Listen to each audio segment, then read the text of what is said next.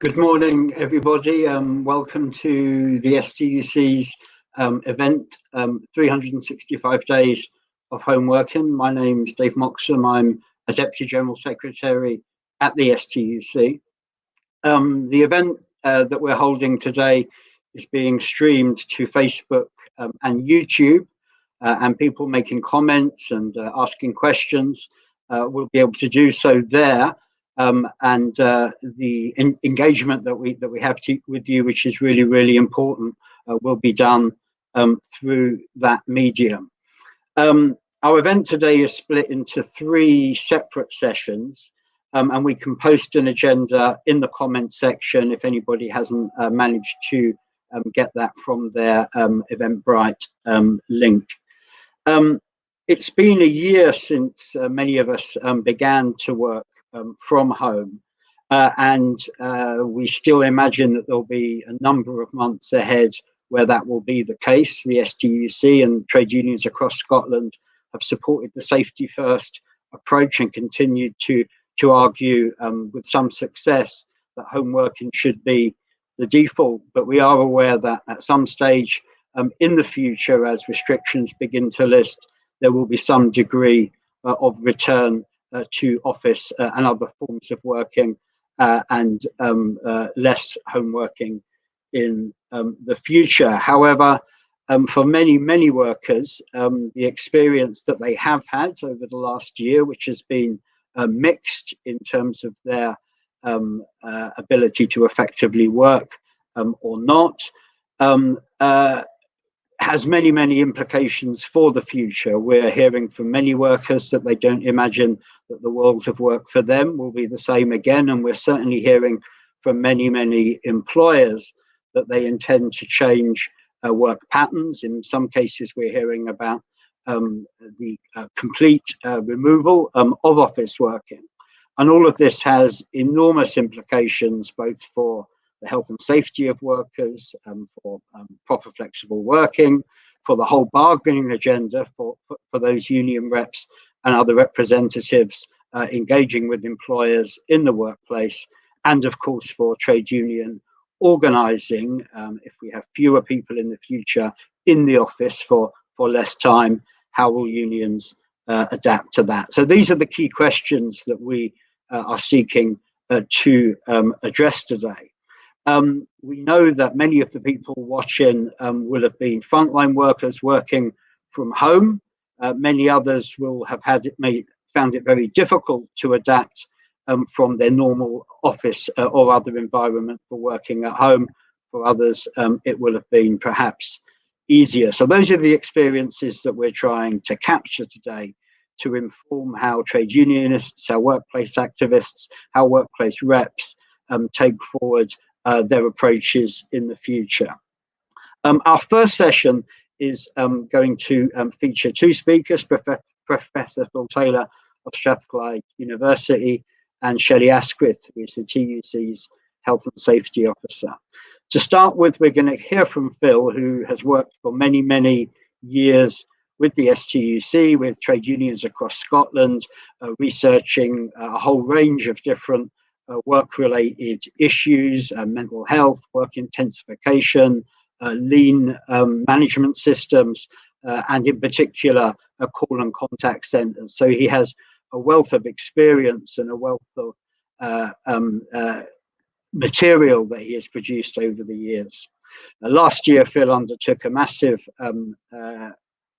research project into call and contact centres and the experience of workers during the pandemic. And along with colleagues from Strathclyde University and Manchester University, Phil has just completed the first tranche of research into home working, a research project that's spoken to more than 3,000 workers across the UK. So without further ado, I'm going to introduce Phil Taylor to speak a little bit about the findings of that research, and hopefully then later on at the end of this session to pick up any questions and points that people want to raise. So thanks very much, and over to you, Phil.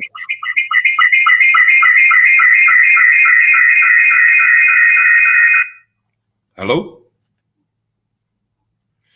Yes, can everybody hear me? Thank you very much indeed for that introduction, Dave, and to sisters, brothers, LGBT comrades who are watching this. I mean, I want to start actually by a few moments reflection on the nature of what has confronted society and us over the past year.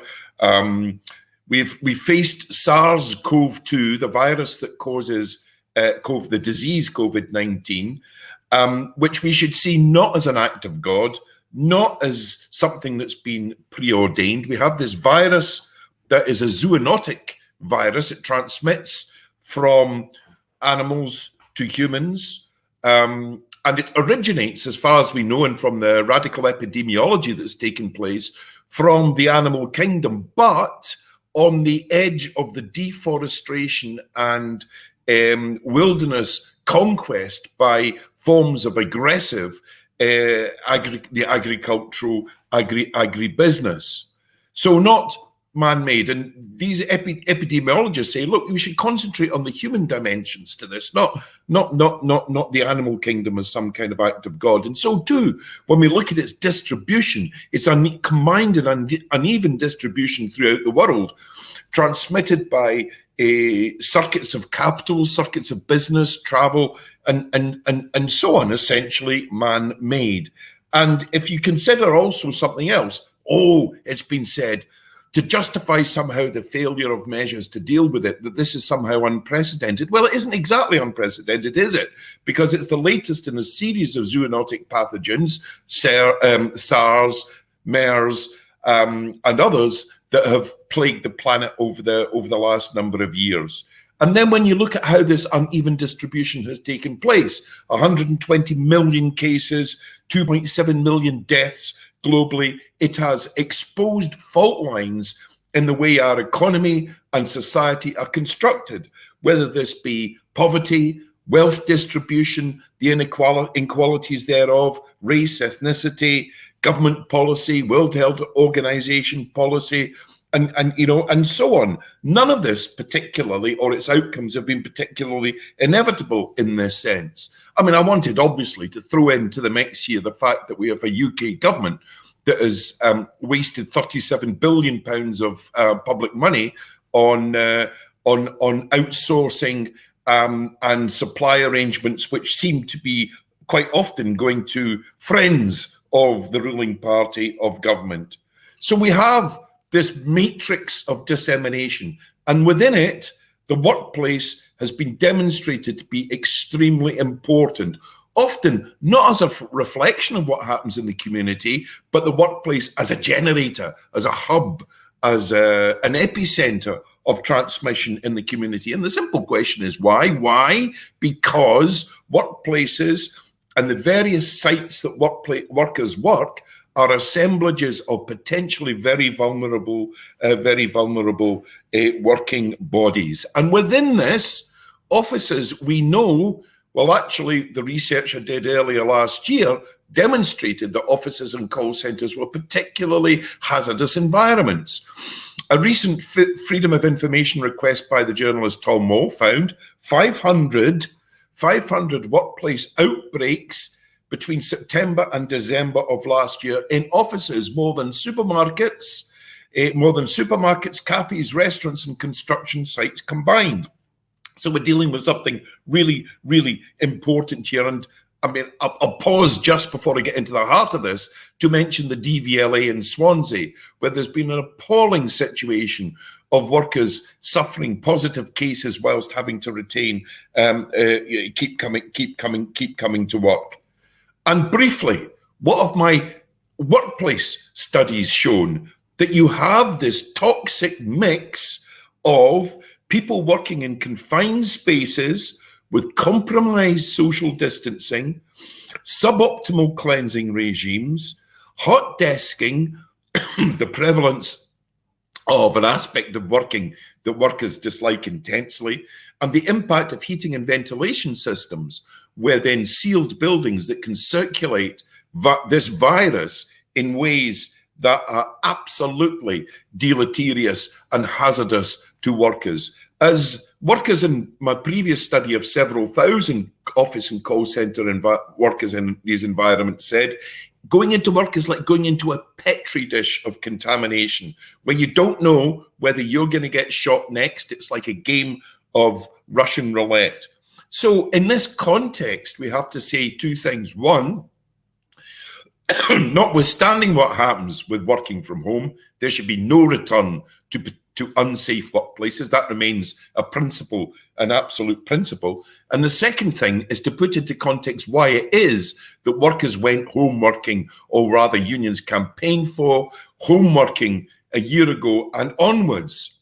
And quite simply, it was to take people out of an environment which would be profoundly hazardous to their health, get people home working. Now, this study originated from reflections and discussions with Dave and other trade union leaders and the Hazards Network, also Glasgow COVID-19 Action Group, the Call Centre Collective, which is a very important body in Scotland designed to protect workers in call centres from the ravages of COVID. So this study, ultimately, to move beyond anecdotal evidence to provide substantive, robust and rigorous evidence from 3,140 workers, office workers across the UK. The conclusion, I'll move to the conclusion first before then talking about the findings. The conclusion overall is that not one size fits all. There has not been a universal experience of of home working. The results are contradictory, they are mixed, and they're sometimes quite individual in terms of their perceptions. However, having said that, however, overwhelmingly, the majority of people of workers have reported a positive experience. So, for example, the key, almost the $64,000 question is to say, in a post-COVID world, insofar as one can imagine that or it will transpire, if you are working, let's say, a 5-day week, which is not everybody's working experience, far from it, but you have to try to find some way of analysing people's interests, preferences, and so on going forward. If it's a 5-day week and you're on a full-time contract, how many days would you want to be working in the office and how many at home? And the evidence is fairly clear. 75, 78%, something of that order, say that they would want to be working in the office, want to be working at home 2 days or less a week. 31% say that they would want to be working no days in the office. But on the other hand, of course, we have to take account of a significant minority. 9% say they do not want to be working at home in any single respect thereafter. And even those who say that working from home has been largely a positive experience, it is not an unalloyed and completely positive experience. It's interesting that none of the surveys that have picked up on this, other research that is coming through now more or less at the same time, has picked up on this, that in fact, much of the debate focuses around productivity. I'm more interested, and I think we are as unions and health and safety practitioners and as workers, interested in what this means for work intensity, pressure and pace. And the survey shows that 32% of workers report having greater volumes of work, greater pace of work, intensity of work 38% more, 32% greater pressure when working at home.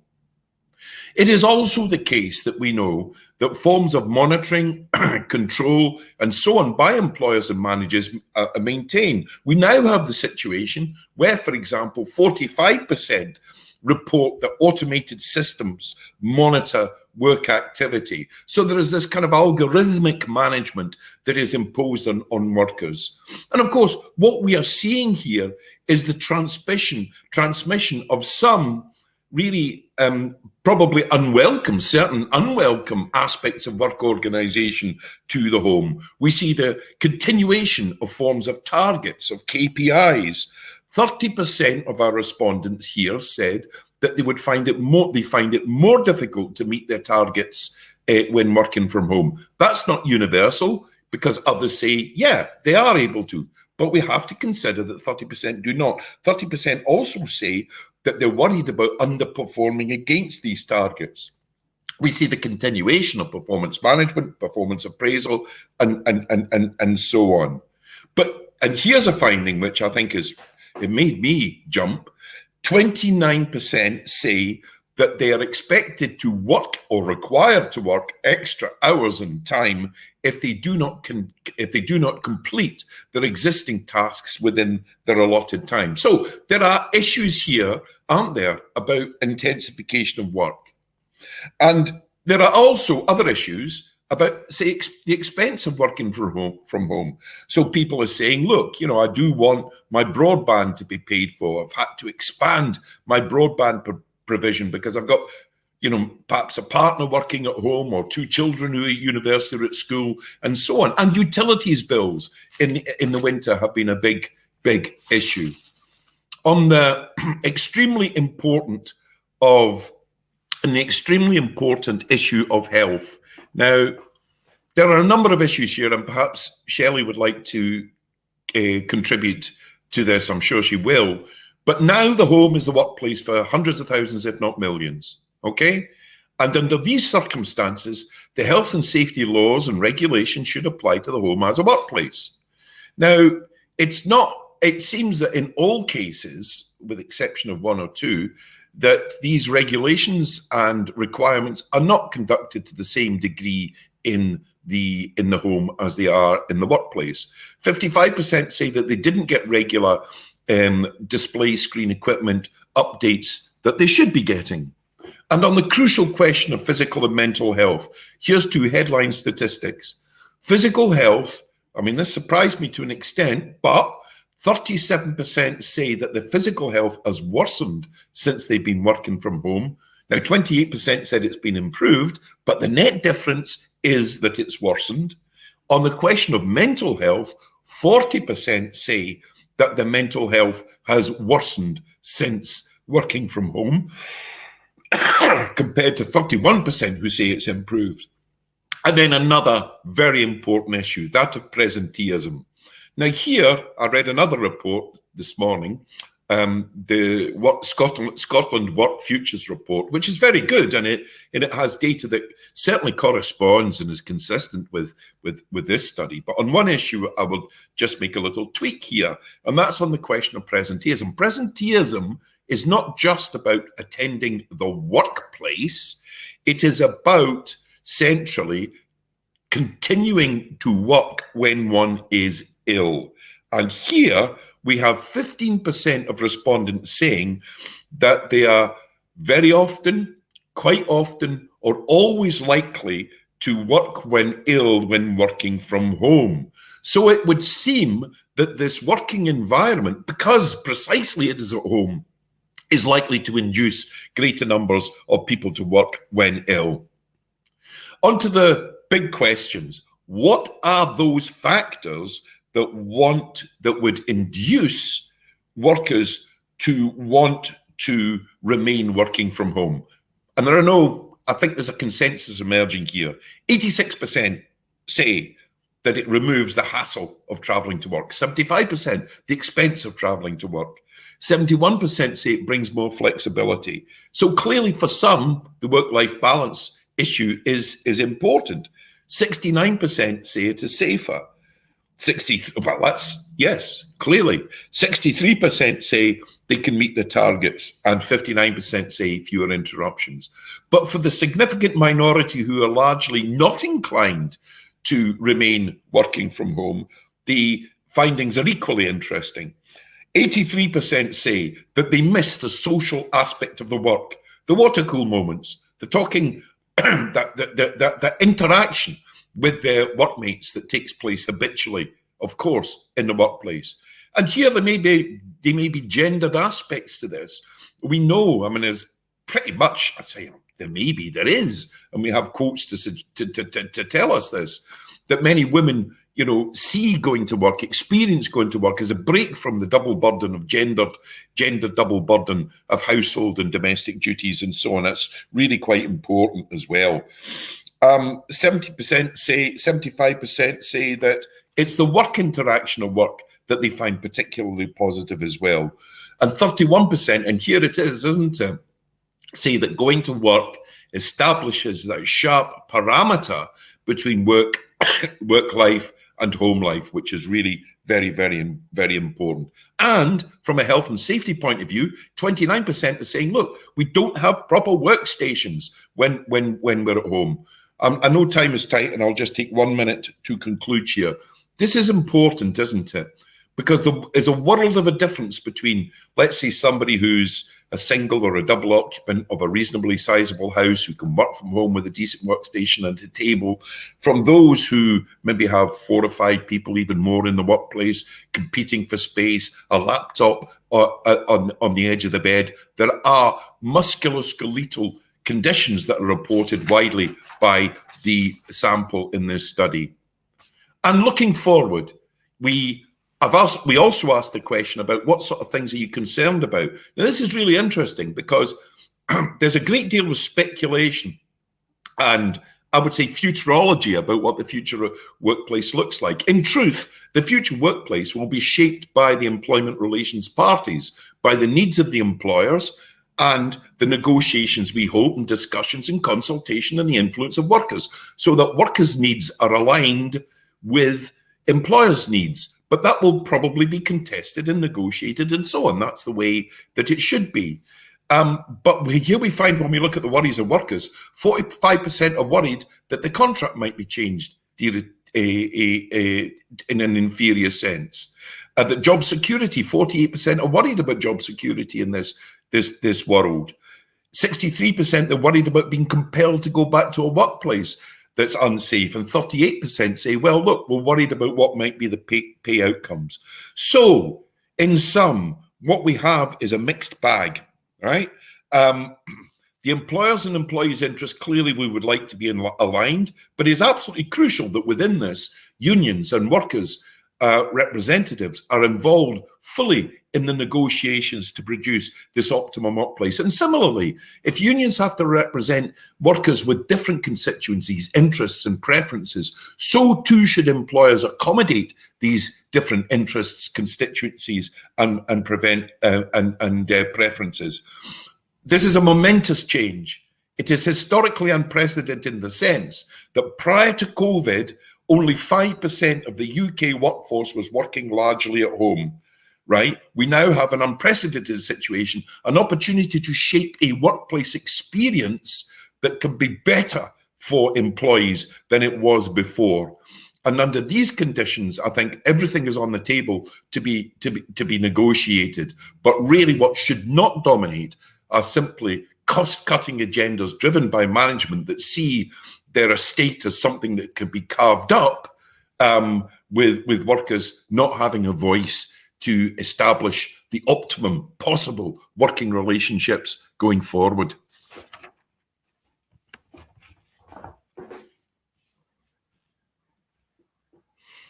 Thanks very much indeed, Phil. That was incredibly enlightening, and you covered a lot of ground in that 15 minutes. We did have a question in the chat box there that we can deal with now, which was a request to you for some of those figures to be posted. We will be posting Phil's research for those who haven't already seen it in the chat box, and that contains a lot of those figures that Phil covered. Just remember that if you've got any questions in your mind about what Phil said, post them in the comments box, and we'll come back. We'll have 10 or so minutes at the end of this session for those to be dealt with. Now turns to me to introduce our next speaker, who is Shelley Asquith, the Health and Safety Officer of the TUC. Shelley's done an amazing job over recent months, certainly from a trade union perspective, bringing the key elements of health and safety, the key campaigns to a wider audience. I've certainly watched quite a lot of your posts and your interviews on social media, Shelley, and we were really keen to get Shelley on for that reason, but also because the TUC, in conjunction with the STUC, plays a key role through union learning, through direct contact with reps, in building the type of capacity that's absolutely vital in the period ahead. So it's really great to have you. I'm not going to say in Scotland, Shelley, but kind of like to Scotland. And I'll hand over to you now to hear your perspective. Thanks very much. Thanks, Dave. That's a very kind introduction. And good morning, brothers, sisters, comrades, friends. It's fantastic to be here in Scotland. Thanks to the SGUC for organising this event and for inviting me to be involved. And a massive thanks to Phil as well for the important research that he's done on this area, but also the key work that he's been doing all year in keeping the movement informed and keeping me informed. And he's a fantastic orator to follow. So, you know, really fantastic presentation. Thanks, Phil. I'm going to talk a bit about health and safety, a bit about mental health, and a bit about organising in terms of working from home. It's been exactly a year to the day since I started working from home as well. And I was looking back at one of the early webinars we did from the TEC education team on advice for new home workers and for reps to negotiate improvements. Because for the most part, if you've been working from home this last year, there's not really been a choice in the matter. But going forward, we want to make sure workers do have a choice and that unions are central to negotiating agreements for flexible working.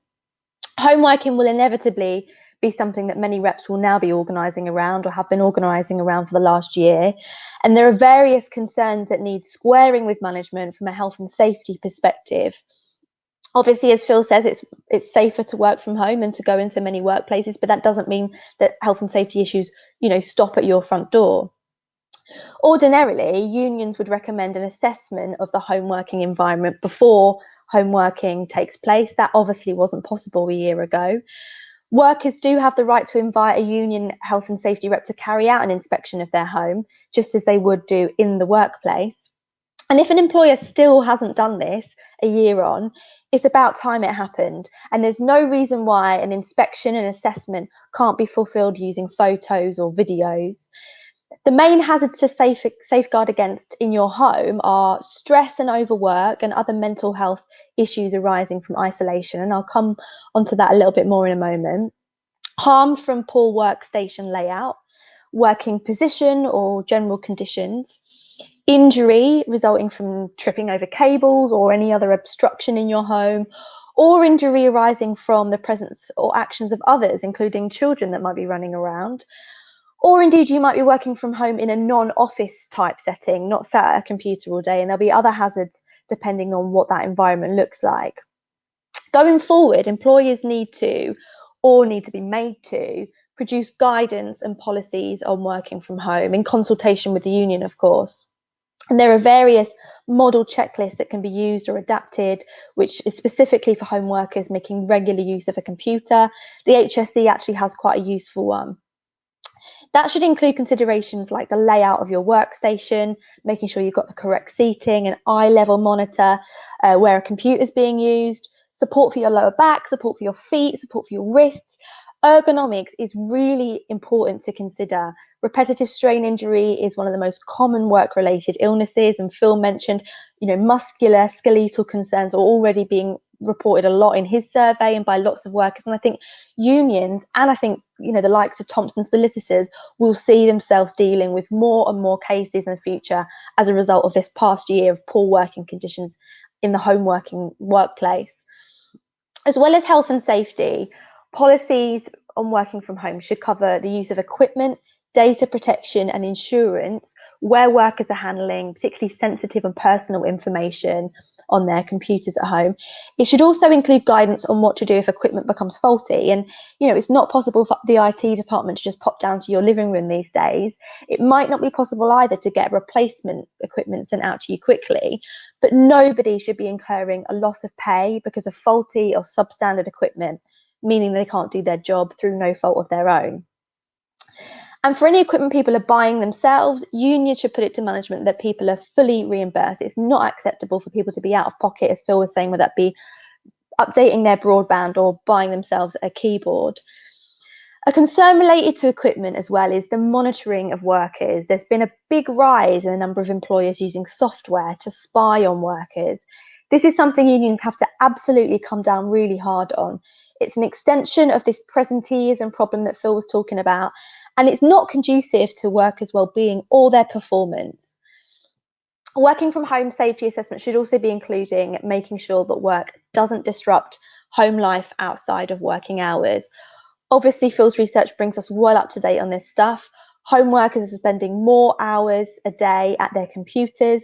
The working week is getting longer. People are taking shorter breaks. They're working through periods of sickness. This is despite the fact that we all need more time away from our workstations now, not only to eat our food, but to make it. And that's not even to mention the other things that are going on in people's homes, especially for parents who've been having to juggle childcare, home learning, their own work commitments, and whatever else. This all points to, frankly, an incoming crisis of work-related stress and burnout, and reps are telling us that that's already happening. Our recent survey of union health and safety reps showed that 65% of reps are dealing with an increase in mental health issues since the pandemic began. The industry where safety reps are most likely to have dealt with more mental health concerns is in the voluntary sector, where 9 in 10 respondents have reported an increase, closely followed by the health service, 78%, and in education, 70% of reps are seeing more mental health concerns from their members. So I want to say something specific about work-related stress. Now, the law says that employers have to remove or reduce stress as far as is reasonably practical. And under the Health and Safety at Work Act, employers have a duty of care to ensure the welfare of all their employees. That includes their mental health. Work-related stress has to be treated as any other workplace hazard. Some of the control measures for unions to be organising around include how much say the person has in the way they do their work, what are the monitoring of workloads, and how are employers managing that.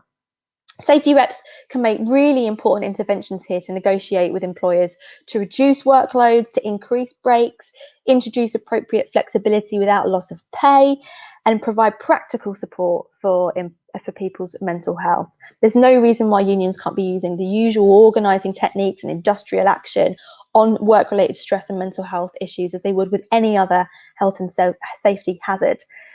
The TUC has published joint guidance with the Health and Safety Executive, the HSE, on tackling workplace stress and the indicators that can be used to ensure those key areas are being addressed. An important thing that I want to stress here is that as trade unionists, our focus is on changing the workplace and the work culture. It's not about changing the worker. Management practices, they prefer a focus on resilience and well-being. This makes the problem the individual worker. You know, you're not taking enough breaks. You're not doing enough yoga and mindfulness while you're working from home. You're someone who needs to toughen up and become more resilient to stressful environments. What we want is for work to change so that work is less stressful, more manageable, and that workers can go about their jobs healthily and happily. As well as the obvious things around isolation and loneliness as a result of working from home, bosses also need to be mindful that the coronavirus itself, the pandemic, is a stressor. Colleagues might be concerned about their own health, they might be concerned about the health of a loved one, or they might be suffering from bereavement from the last year. And again, from our safety rep survey, we learned that 12% of reps have lost a colleague to COVID-19 in the past year. In the health sector, it's 40%. And that doesn't even factor in those who've lost someone outside of the workplace. There's a lot trade unions can be doing to support members who are grieving, who, you know, especially if they're working from home, might be finding it hard because they're cut off from others, their friends and family. That'll include time off. No worker should be financially penalised for needing time off to grieve the death of a loved one, nor should they be facing any kind of disciplinary action. And when it comes to organising, union activists will, I'm sure, by now be mindful that working in isolation can not only affect colleagues' mental health, but it can also be exploited by bosses trying to keep the workforce separated and equally uninformed, the usual divide and rule tactics that us activists are used to. And for some bosses, they'll have probably realised they quite like keeping us separated. This is where unions can step in and play a role, of course, in bringing people together, talking about working conditions and collective demands, making use of all that technology that we've become so familiar with.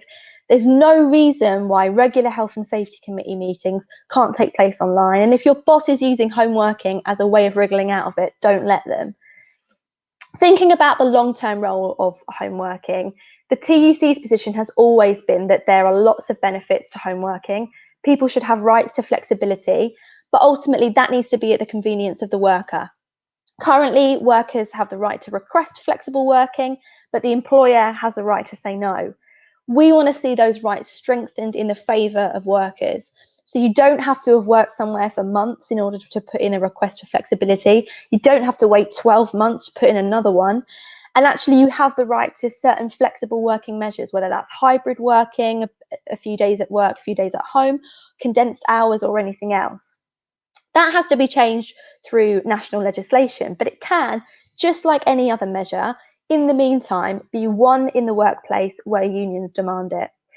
We don't want to see anyone being forced to work from home, just as we don't want to see anyone forced back to an unsafe workplace where COVID control measures aren't up to scratch. And I echo Phil, we'll be demanding, as restrictions begin to ease, no return to unsafe workplaces.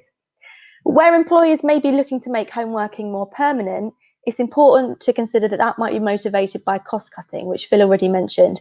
That means those colleagues whose jobs can't be done from home, be it reception staff, cleaners, they could be at risk. That is another associated concern that unions will need to be ready to mobilise on. Just to wrap up, I wanted to acknowledge that, of course, in these last 365 days, there's been a real stark difference in people's experiences of this pandemic.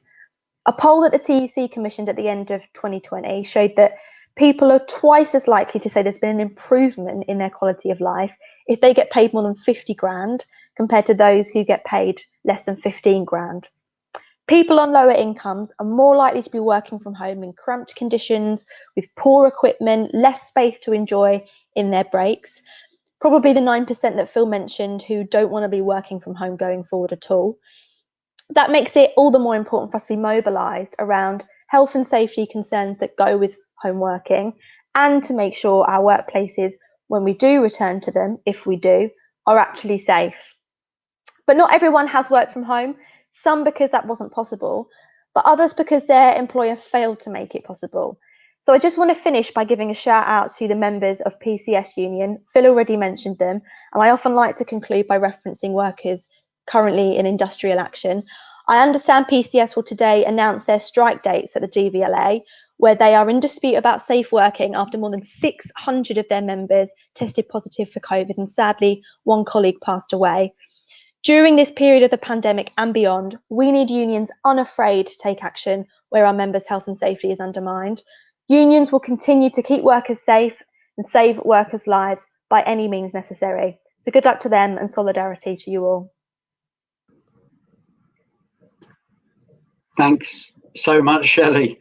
That was an amazing contribution, Shelley, and finishing with that all-important message of the willingness to take industrial action and the solidarity that all of us across the movement need to show when industrial action takes place. And I thought that your simple but really effective and important message that the bosses are out there to try and change the workers, and it's the workers' job to try and change the workplace is probably as an important, simple and single takeaway as we could have from this event today.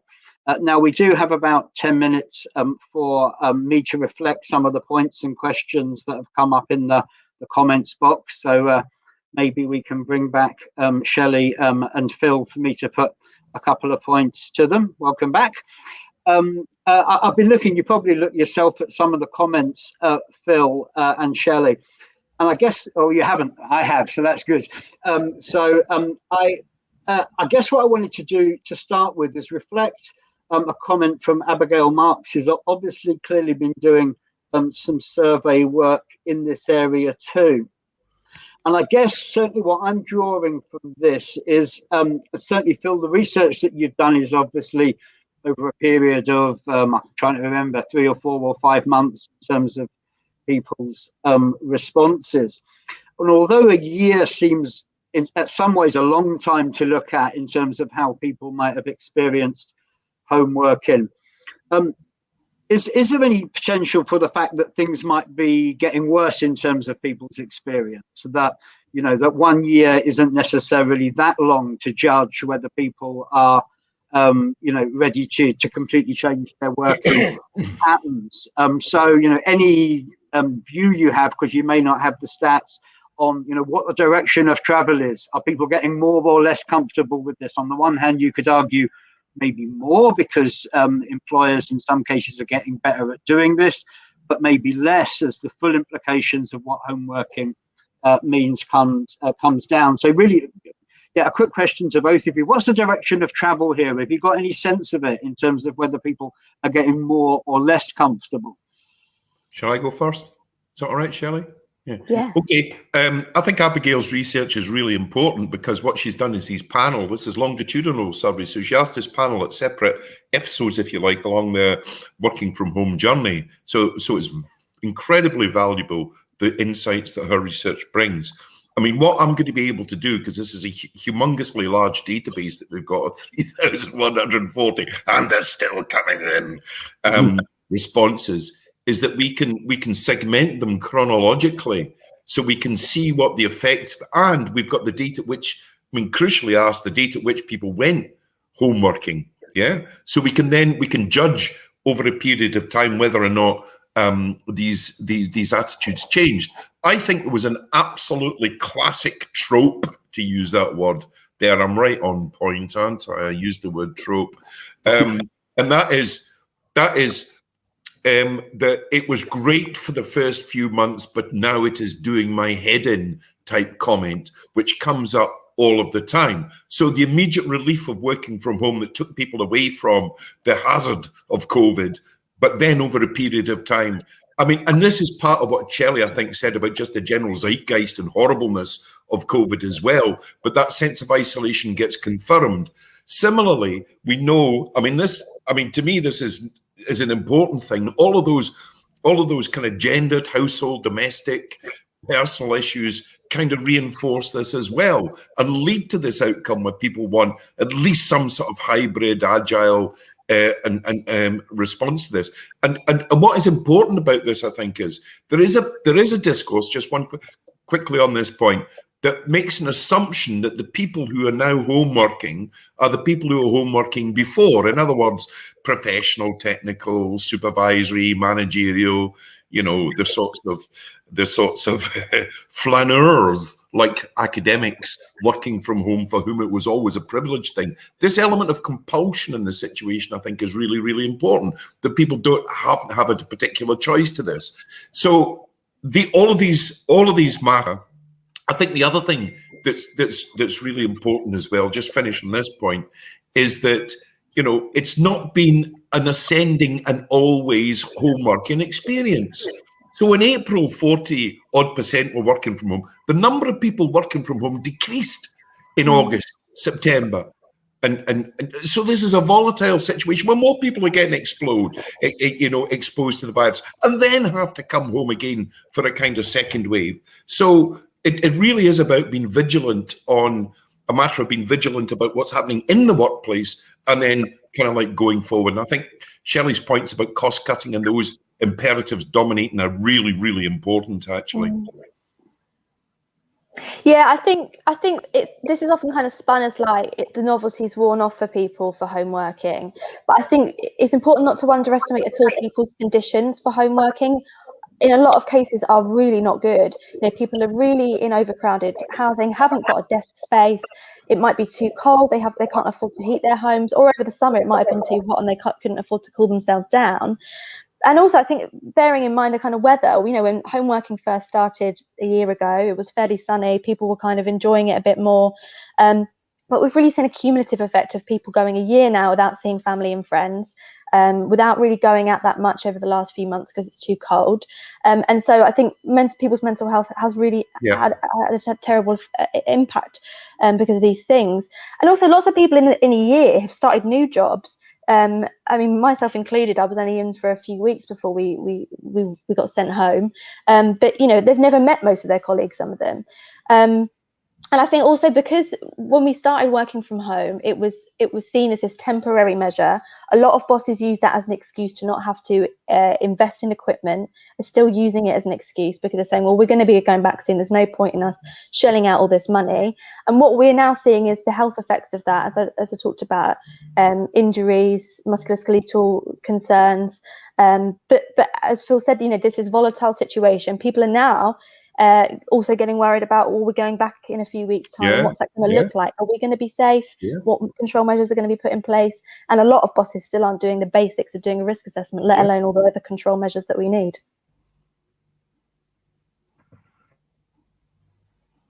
You're muted, Dave. Am I unmuted now? Yeah, all good.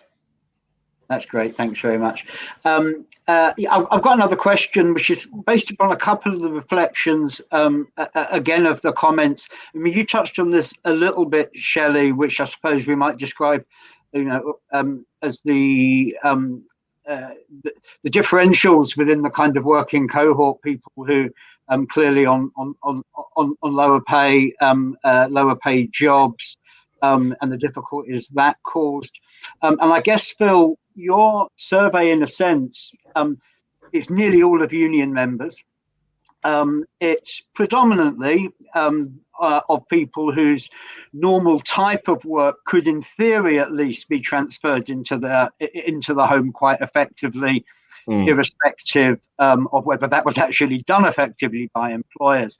So I guess I'm aware that the survey's amazing, but that we're still in a position where there's that kind of cohort of workers, lower paid. Possibly the work that they do is less easily and automatically transferable to working from home. Maybe it's kind of blended in terms of people who work from the office sometimes, but also have a travelling function. And I guess I wonder if you, and the fact that in theory at least, and often in practice, the 3,000 people you spoke to, Phil, at least have the protection of a trade union and in most cases collective representation. What do we think the picture might look like for some of those others that I've kind of described on those lower paid jobs, maybe less suited to a total office environment and in the non-unionized sector? Kind of invitation for you to be cheery, Shelley. I'll go for you first. Invitation to be cheery. Well, I think it's even worse, where we're talking about people who haven't got access to a union. I think those types of workers that you're talking about, who ordinarily would have gone out and about, as well as perhaps doing a bit from the office, are probably seeing a big impact in their income as well. Thinking about people that work on commission and need to go to places to kind of do sales and things like that.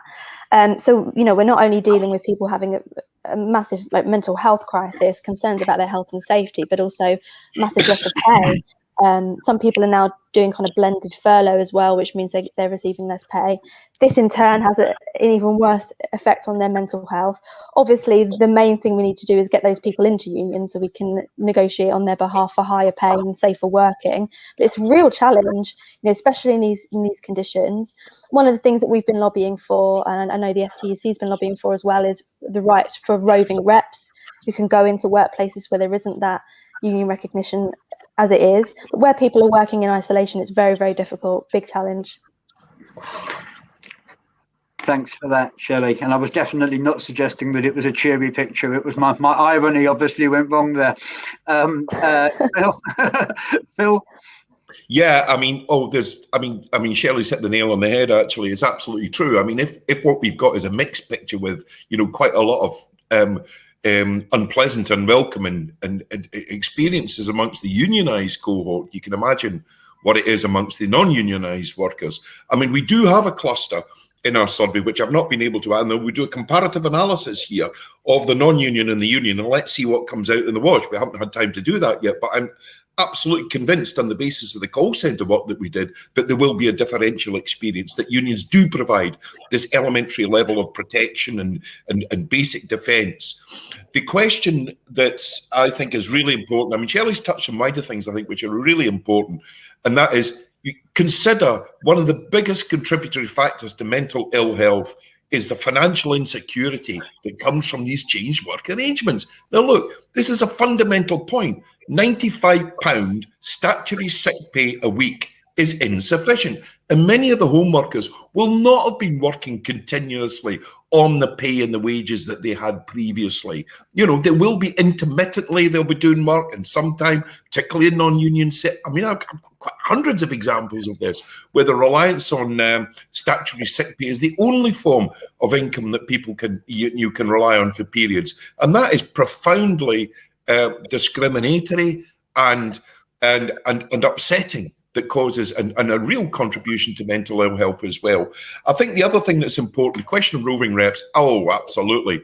We've now, if we're talking about shaping a future, then we have to say that, I mean, and this is a big part of discourse where it's entirely legitimate for unions to say this and to say it loud and proud, that workers should have a voice. If the futures are going to be shaped, then workers should have that voice. Reps should be going in to non-union workplaces. There should be, and there are ways we can work this out, where collective responsibility is taken for certain workplaces at home that ensure the DSE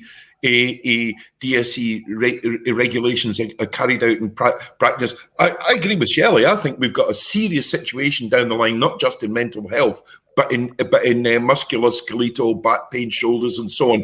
These clearly are growing, and they're growing also amongst young workers. The data, I'm looking at some of the quotes. I am a young worker, and now I feel that my back, I can't move my shoulders now. And that's after 3 to 6 months of sitting at the end of a bed with a laptop balanced on the knee, attempting to do stuff. So for all of these, on all of these issues, unions we really do need to, and it's a strong argument, get in amongst the non-unionised workplaces and here's an appeal for anybody listening. If there's any call centre workers out there in Scotland, please get in touch with the call centre collective, because that's precisely what we're trying to do.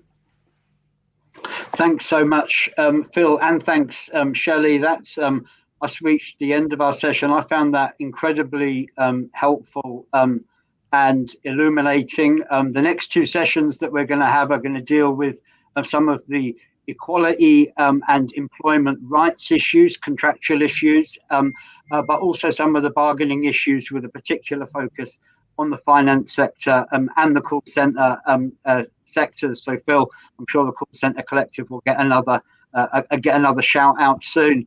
Listen, I'm really, really grateful to the both of you. Thanks so much for your contributions. Thanks, Dave. For those watching, we're running slightly late, so we're going to come back just before 10 past 11. So that's just about a 10-minute break. I hope you'll all come back to join us, because having identified some of those key issues, the question of what we do about it in legal terms and in bargaining terms, and then in our third session about organising around that is absolutely vital. But we'll leave you now for about 10 minutes. Please do come back for our second session. Thanks very much.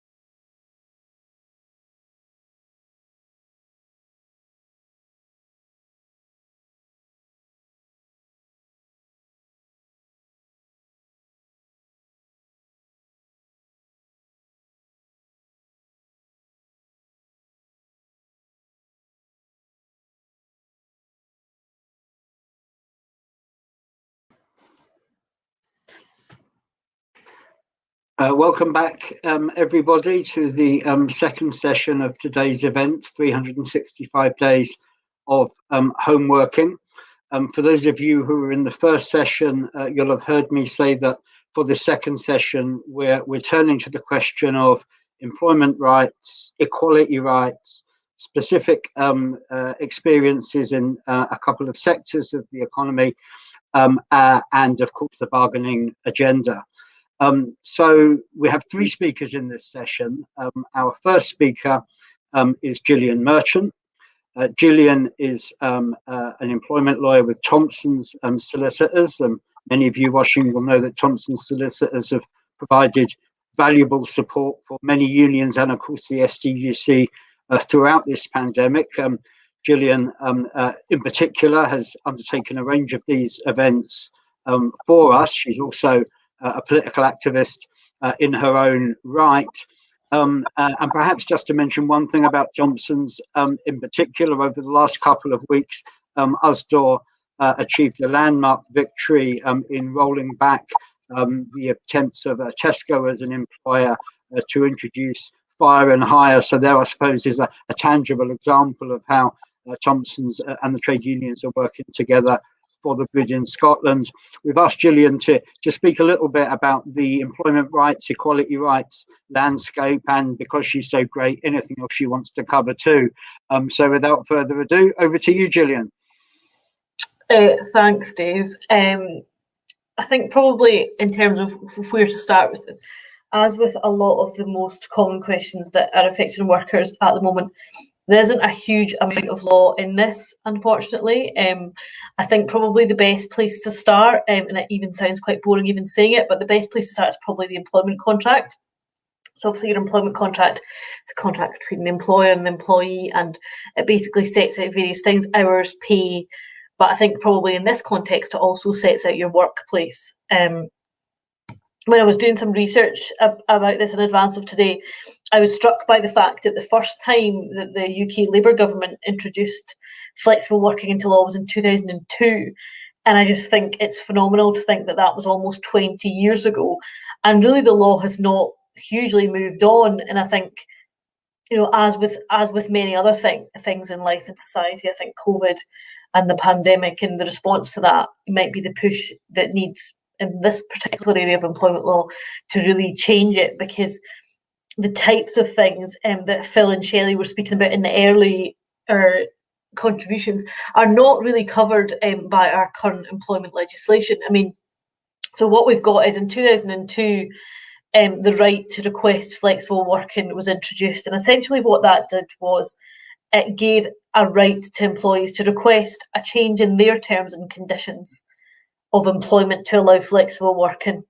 And at that point, it was part of a policy to promote family-friendly working arrangements, and it was limited to those with responsibility for caring for young or disabled children. And requests had to be on the basis that they were required to care for for the child concerned. The right, thankfully, has been extended on 3 occasions, most recently in the flexible working regulations 2014, and they're perhaps the most relevant regulations in this context. And in particular, that removed the requirement for parental or caring responsibilities. Therefore, essentially anyone who has worked in their workplace for 26 weeks is entitled to make a request for flexible working. In terms of employers, there's just really a simple duty on them to consider requests reasonably. And I'm sure, along with me, many trade unionists understand that, unfortunately, the definition of reasonably is ever increasingly getting wider, not in the favour of employees, but in favour of employers. And certainly when I see any legislation that says reasonably, it basically always means that the employer essentially gets to do what they want. So there is a lot of this legislation that is not particularly helpful, and I think, as Shelley's already said, needs to be addressed and changed. There is an ACAS code of practice on flexible working, and that kind of sets out how these types of requests should be considered. I think one of the most important things about this is that the right is to request flexible working. The right is not to be allowed to work flexibly, and there's a huge difference. And as far as I'm concerned, any right to request anything is not hugely progressive. It doesn't take a lot of workers very much further. An employee can request to change their working hours or their working times. So you can request where you're required to work, when you're required to work, and any combination of those. So it could, any sort of request could cover aspects such as changes of shift patterns, job sharing, flexi time, working from home, term time only working, annualised hours working, or a combination of all of those. All of that kind of thing can be covered by the request. The legislation sets out that you can only make one formal request a year. So if you make one request and it's rejected, you then can't make another request for a year, which obviously can be quite difficult. And I'll kind of go on to speak about that a bit later on. And as I said, the employer is obliged to consider the request in a reasonable manner and notify the employee within 3 months of their decision. There is no longer, according to the recent legislation, a requirement for a meeting or an appeal, but obviously those types of things are recommended in the ACAS Code of Practice.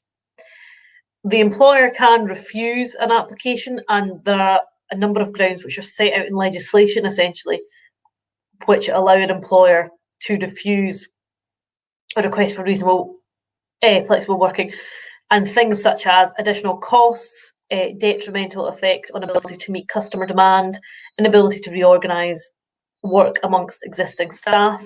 That's probably one that I hear quite a lot. Ability to recruit additional staff. I think it's less inability. I think it's more don't want to be honest. Detrimental impact on quality, detrimental impact on performance, insufficiency of work during the periods where the employee proposes to work, plan structural changes. I think anyone listening to that list of 8 reasons as to why an employer can reject a flexible working request will not be surprised that it's quite easy to refuse a flexible working request. And I think an important thing about this is that the employer there's no requirement on the employer to objectively justify it. Essentially, they just need to show that they've considered it reasonably, full stop. So the obligations on the employer are pretty small. They don't have to give reasons for their decision. However, and I'll come on to this a bit later, in terms of how it affects and interacts with discrimination, obviously a failure to provide reasons is likely to, if there is a potential discriminatory element, is likely to be considered significant in that regard. So essentially what happens is, put in a request, if it's agreed, essentially what happens is that varies your employment contract. So this change varies your employment contract, and that is your new employment contract. Your employment contract doesn't change back because the circumstances that gave rise to the request have ceased to apply, and nor is there any provision in the legislation for trial periods of flexible working. I mean, I think some employers might have internal policies that would allow for trial periods of these things, but it does seem that would be a sensible thing to do if you've got an employer who does have doubts about the viability of the proposed arrangements, that a trial period could come into place. And obviously you would just simply be, amending the employment contract for that period of time, and then it would just go back to what it was before. But as it stands, the legislation doesn't permit for a trial period. That doesn't obviously mean that couldn't happen. The difficulty with the fact that when a change in terms and conditions is permanent, obviously that taken into effect with the fact that you're only allowed to make one application every 12 months, that can make it quite unsuitable for quite a lot of situations in which an employee might find themselves. For example, a breastfeeding mother or a parent of a child undergoing a one-off period of sick leave, or if they need to get an operation or help in the hospital, which might just require a short period of time a short period of change for terms and conditions. Obviously, then if you get your contract changed, then you can't change it back for a year. Obviously, that can be quite detrimental for workers, and I think that probably does prevent some people doing it, because naturally, if you want a change in hours for maybe 3 months and then you want to change them back, I mean, you would hope that most employers would be quite reasonable about that, but it is you do then have to change your employment contract back legally, and you can't change a contract without both parties agreeing. So I think there are quite a lot in the flexible working legislation which really just doesn't work in terms of people requesting to homework or flexible hours at the moment. And I think there's certainly nothing in the legislation about requesting to work in the office, which is obviously not something that we've really seen up until now, because obviously the default was always previously you would work in your workplace, and that was the way that the employment contract worked. And I think as we move into people trying to go back to work, there is going to be a consideration by employers, as Dave said in his introduction. There have been employers that have just shut their business. There's a worldwide law firm which has shut their offices, and all they've got hubs that people can go into for meetings, but all the work will be done from home. I know some local authorities are closing council buildings or just expecting all employees to work from home. Turning on to like how this legislation works with discrimination law. I had a query recently for a journalist whose office was closing, and he had mental health difficulties and had a small 1-bedroom flat, essentially, didn't have space to work at home, and also, similar to all the things we've already said in the earlier discussions about the effect it can have on your mental health, it just wasn't really suitable for him to work at home. The employer agreed that it wasn't suitable to work from home, but essentially still closed the office and said that he would have to work from home. So I think, that this is going to be the next employment issue of our time, in terms of people who are essentially being forced to work from home because their employers have essentially closed the offices, because, no doubt there's a huge cost saving in closing city centre offices. There is an interesting interaction between the right to request flexible working and discrimination. And I've certainly in the past have been successful in raising indirect discrimination cases, particularly in relation to sex. An example of that would be like if a worker who, and I'm sure Mary will be able to talk about this a bit in a lot more detail than me, but this worker was a bank worker, and she worked in the bank, and they tried to move her branch from where she she'd always worked, to somewhere about 40 miles away, and she did have care and responsibilities.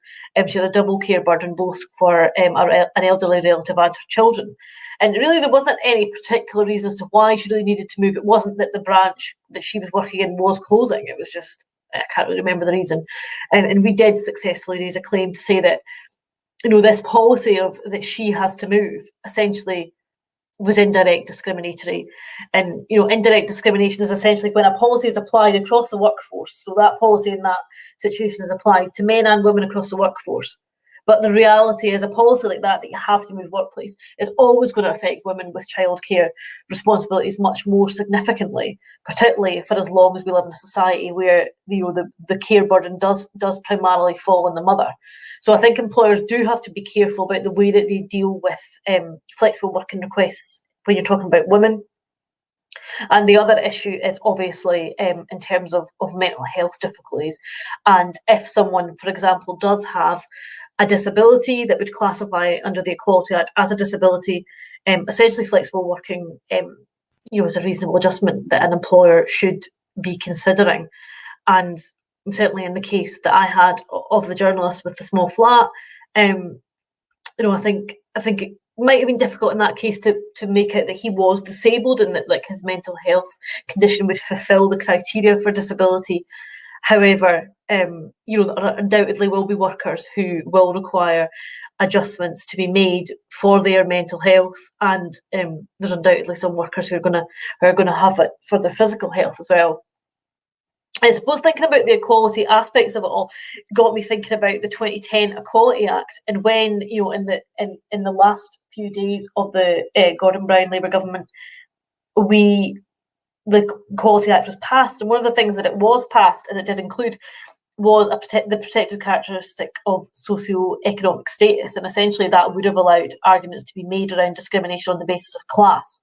And I think when you begin to think about this home working, we've talked about the cost of broadband, we've talked about people that have suitable housing. I mean, the reality is that the vast majority of people of my generation can barely afford to rent or buy a house. Forget rent or buy a house that's got a suitable workspace in it or an extra room that has an office on it. You know, we've kind of seen all these little buzzwords, videos about how great everyone's getting on and working at home, you know, and they've got their own office and they shut the door and get away from the kids and all of that. And it's very much kind of middle class, very well paid jobs that people can afford to have that type of accommodation. And I do really worry that the move to home working is essentially going to become a bit of a class divide, and that those that, I mean, because it already is in terms of the types of jobs that you can do at home are predominantly middle class, middle income jobs, whereas you know, as we've seen in the pandemic, our public services, those that, you know, do refuse collection, those that drive buses, those that work in shops, they can't work from home, and there's never going to be a way that they can work from home.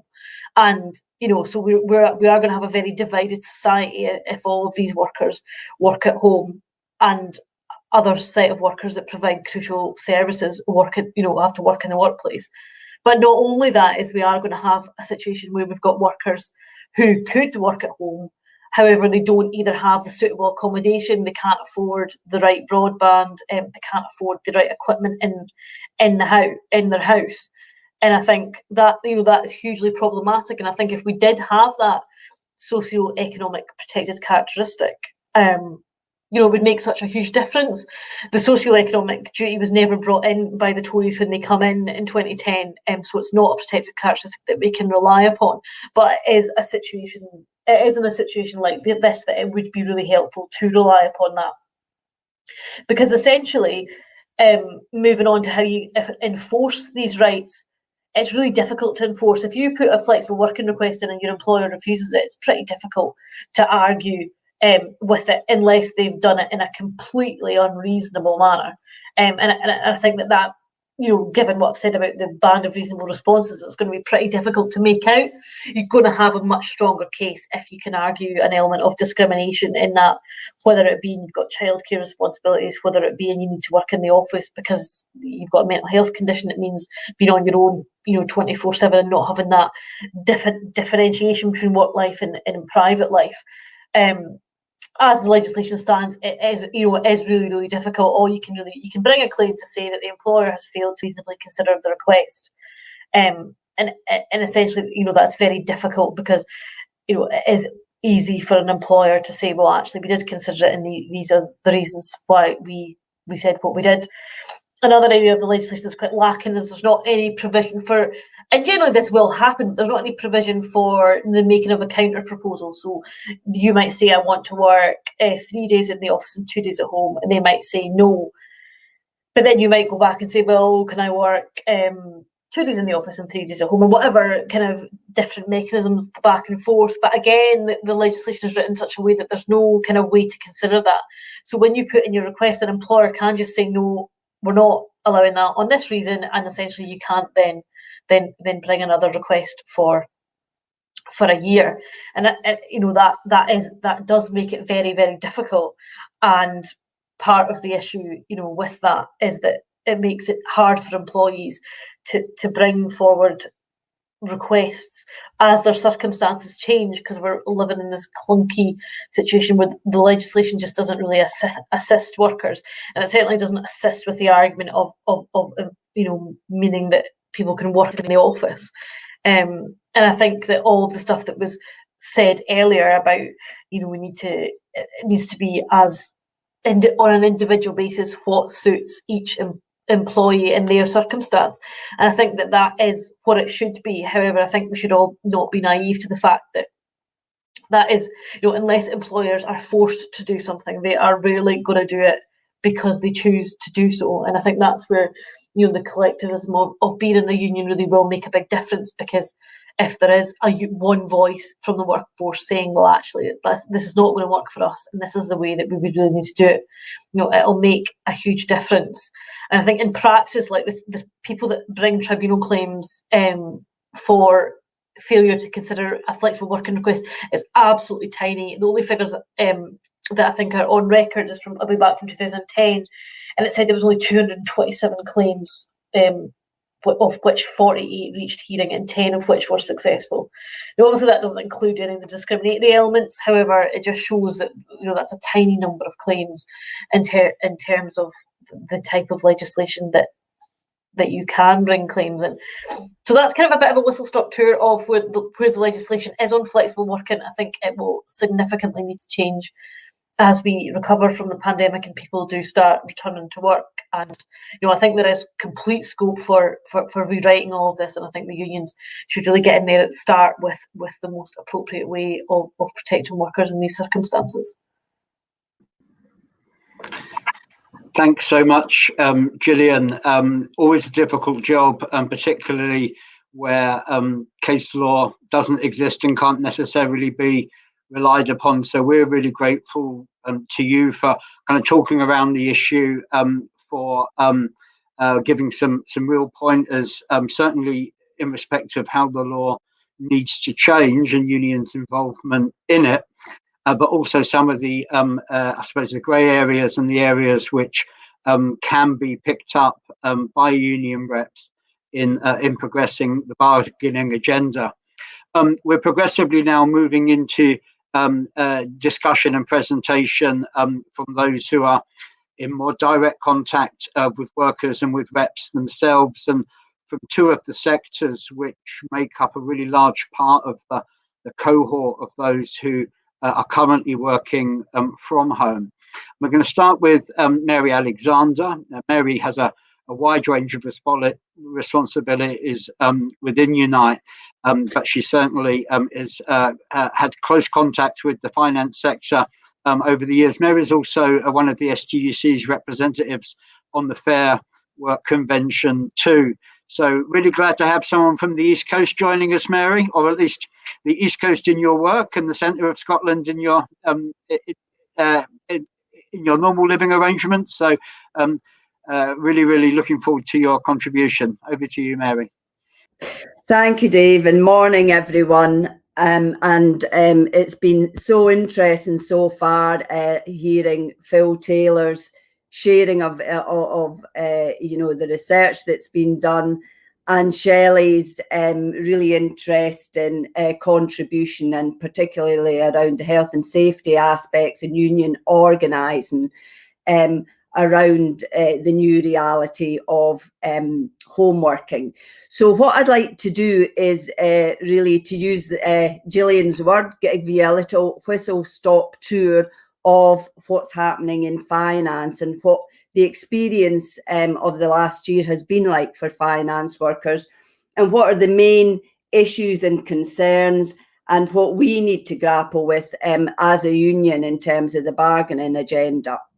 So like a great many companies, finance companies moved at lightning speed to set up workers at home and keep the businesses going.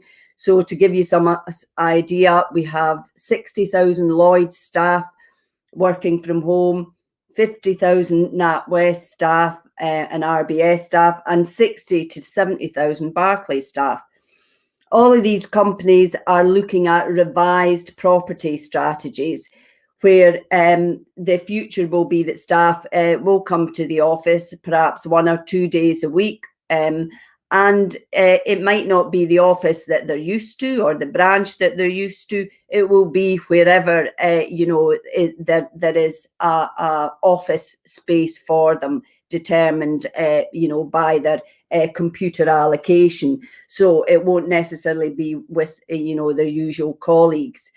To give you some idea of how things have changed for customer services officers who work in branches, I spoke to one of our members last week, and what she was saying is that she really misses the interaction in the branch, the face-to-face with customers, and that most of her day is spent on the phone trying to sell products, and that they feel very much that there is less control over their targets, because when they were in the branch and they were opening an account with somebody supporting them, they could see that from end to end and sign off with the customer. Now they're spending all their days phoning, and relying and directing the customer to the software application, to the application, and then hoping that the customer will make that application for a credit card or make that application to join the bank, but they don't have control over it in the way that they did, and that really affects their targets and the push on that. So digital automation has been spoken about a lot, and artificial intelligence, and all of this will feed in to the financial services of the future and have a long-term consequence, of course, on jobs. Footfall, I mentioned the branches. Footfall in the branches is next to nothing with lockdown and the events of the past year, and as we're the move towards a cashless society and further bank closures, I would say, has been turbocharged by COVID-19, with very few local businesses using the bank, as lockdown and furlough has impacted. Deloitte survey that we looked at recently found that 3/4 of financial services workers believe they'll work remotely at least one day a week post-lockdown, with 43% expecting to work from home for more than 2 days a week. In common with what Phil found, 70% said home working was a positive experience, with the lack of commute being the main reason for that positive experience, and 10% felt that it was a negative experience. So again, that kind of chimes with what Phil has told us.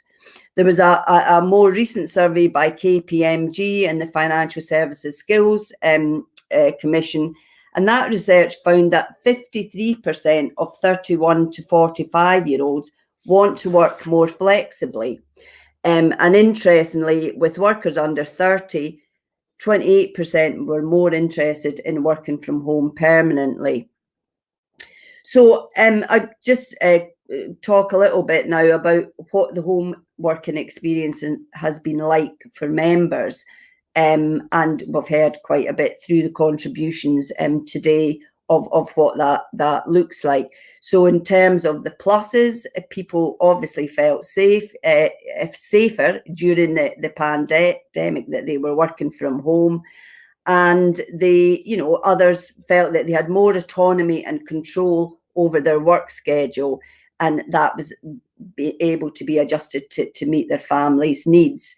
And of course, there's been an awful lot of pressures on families with homeschooling and people with small children. I know that I've phoned up a number of employee relations people in financial services, and they have been grappling with a 2 or 3-year-old grabbing their leg during the conversation, and obviously wanting attention.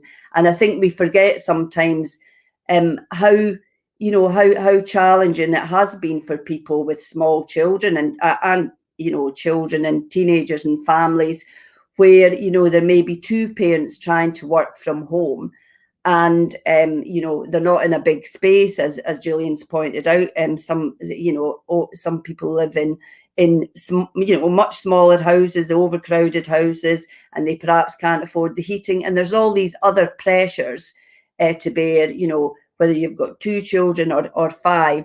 It is an additional stress, and how you manage that very much depends on your circumstances and support, which of course lockdown has meant that we don't see our family and friends in the same ways. So the savings on daily travel and food costs is obviously something that people have welcomed, and in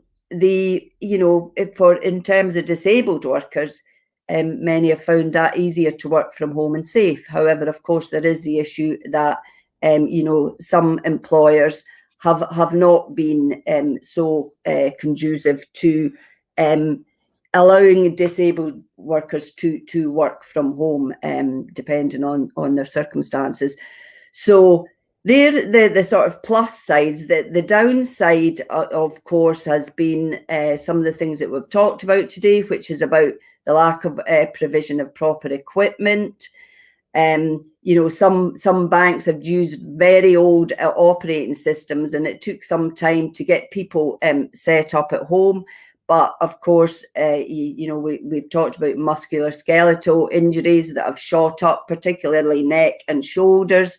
So there's a very clear problem in that area and a need for home-based risk assessments on workstations, and a much greater lens to be focused on looking at how that impacts on individuals, on their physical health, but also, the mental health issues that we talked about. The other issue that I think Phil picked up, of course, as well, was about the missing the interaction with other colleagues, the training opportunities, the structure of work, the exchange of ideas, the supervision, the one-to-ones, and the mentorships that people engage in, and a lot of that over the last year hasn't been transferred into the working from home environment, and it's certainly something that really needs to be looked at. The increased cost of utility bills is also a factor, and we've had a very cold winter, and that's resulted in where people can afford to have the heating on for most of the day.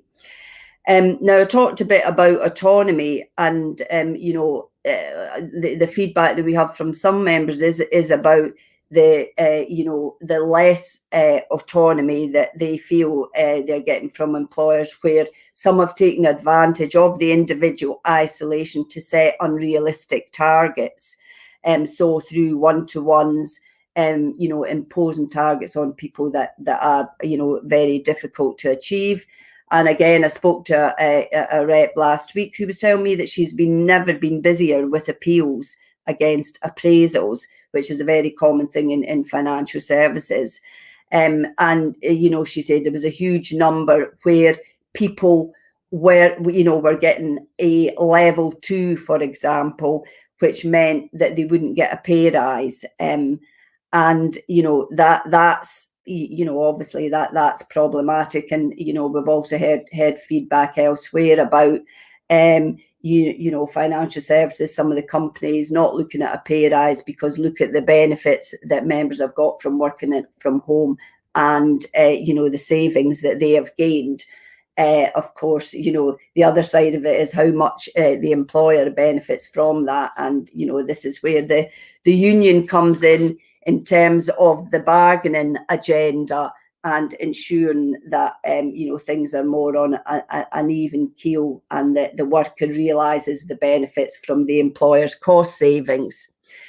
It's been mentioned a couple of times as well about the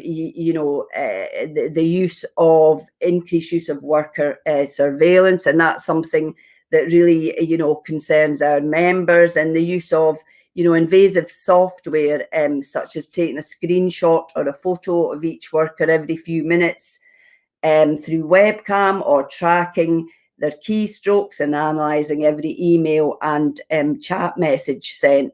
And that is, that's a real concern. Also, in terms of structure about working, a member told me the other day that her employer said, look, can you do this on Sunday? And she had to point out to her, no, that's my family time. My contract is 9 to 5, Monday to Friday. I can adjust that with working from home, but Saturday and Sunday are sacrosanct for me because that's my time with my children. So, and I think that's really important. Already we've seen indications from some of the banks that they will be looking to enforce the 8 to 8 contracts that many of our members have got, where they've only worked 9 to 5. Now the banks are looking to flex that. So again, it's all about bargaining and how we respond to that bargaining agenda. So I wanted to just have a wee look at some of the but the key points in terms of bargaining, which have been covered by some of the speakers previously, but things that we should be looking at in terms of home working agreements, because I don't believe that there is a homework agreement signed off as yet. We should be looking at the flexibility aspect, that flexible working that Gillian talked about, and it's about personal choice. If people feel that they want to work in the office, then they should be able to work in the office, and if it doesn't suit them to work from home, that's got to be taken into account. We have to look at the fact that remote working, it should be covered by collective bargaining. Now that seems a bit silly, because if we've got a collective bargaining agreement yet, then of course it will be. But there are already people being brought in on jobs being advertised with less paying conditions because they're home working jobs. And, we need to be very clear to the employers that remote working is covered by collective bargaining, and that, employers should be informing workers of the right to join a trade union and who have a collective bargaining agreement with. And Dave mentioned Fair Work. I am a member of the Fair Work Convention, and one of the main principles of Fair Work is around effective voice. And I think effective voice is going to be crucial, going forward as we adapt to working from home more. So unions, it goes without saying, unions should have full access to remote workforce with a virtual notice board and electronic communications in place, with secure digital meeting spaces in place. We need to have increased investment in employee skills, and there should be no dilution of the opportunities that I talked about in terms of mentoring, training, face-to-face meetings, and team meetings, and regular contact's got to be a fundamental part of the work. Proper rest breaks, and not abuse of the contracts that I talked about earlier is really important. And the right to disconnect, like I said, should also be respected. Members should be able to take part in electronic ballots, and there has to be those proper risk assessments, that we talked about, with the previous speakers. How staff get monitored will also be really central to collective bargaining. And, it's really important as well for workers that they're aware of the security issues, and that they're clarified, and that things like data loss, hacking, confidentiality breaches are all, communicated to workers, so that they know absolutely what their rights and responsibilities are. So I hope that's given you a bit of an idea of, flexible, how working from home has operated in the finance world, and what the challenges are. Of course, with automation, continuing apace, and the prospect of further branch closures, and the move towards a cashless society, I think we'll see city centres will be transformed, with everyone reducing their businesses reducing their property footprint, and more people working from home. And unions have to look at how we can rebuild across many sectors as the world of work changes forever. So, it's not just in finance, it's in central government, it's local authority and other areas. And effective voice is really going to be important to that. And one of the ways that we think we can adapt quickly to the changes is to build strong sector-wide agreements to protect our members. So we need to bring together finance workers from the call centres, from the big banks and the smaller banks, and bring them together so that we can develop a strong sectoral-wide agenda for a sector-wide agreements. And I think that's going to be crucial. Otherwise, we'll have undercutters and bad practices being the norm. We have to show our members we're there for them and that they have the power to challenge the employer and make homeworking work for everyone and personal choice, so that if homeworking doesn't suit them, then they have that choice to work in the office. And I think I'd only say we need only to look at Amazon, the biggest company in roads, transport and logistics. And every company is pushing down the T&Cs just now to compete with them. They're moving into every sector and area of life. And without really strong collective bargaining, we could lose many agreements and members as companies emulate that bad practice. So solidarity and unions, strong sectoral bargaining are the clear messages, and changing our ways of communication to adapt to this new world. Thank you. Thanks so much, Mary. That was a really important contribution. I think it just outlined the sheer depth, the sheer quantum of bargaining issues that are going to present themselves. And I thought the point you made about local economies stretching from the finance sector all the way through to the public sector being so important for community wealth was a really important point too. In view of the time, I'm going to move swiftly on. Our final speaker in this section is Pauline Rourke. Pauline's a leading member of the Communication Workers Union, a member of the STUC's General Council, a founder member of the Call Centre Collective that you've been hearing about, and has got a real insight into direct bargaining issues as well in her own workplace where she represents her members. So I'm absolutely delighted, Pauline, to welcome you, and over to you to hear what you've got to say. Thank you. Thank you, Dave, and thanks for giving me the opportunity. I think it's been a great event. I think we've had a lot of really fantastic contributions on what is a really important discussion around the home working. As you say, I've actually been, I feel, in a privileged position, being a member of the STUC General Council COVID-19 group, that I've been involved with meetings with the ministers over the last 12 months, where we've raised a lot of issues on behalf of members and affiliates, and the call centres and home workers are many of these. So I really appreciate getting the opportunity today just to give some kind of contribution about probably what's been my journey along with members in the contact centres.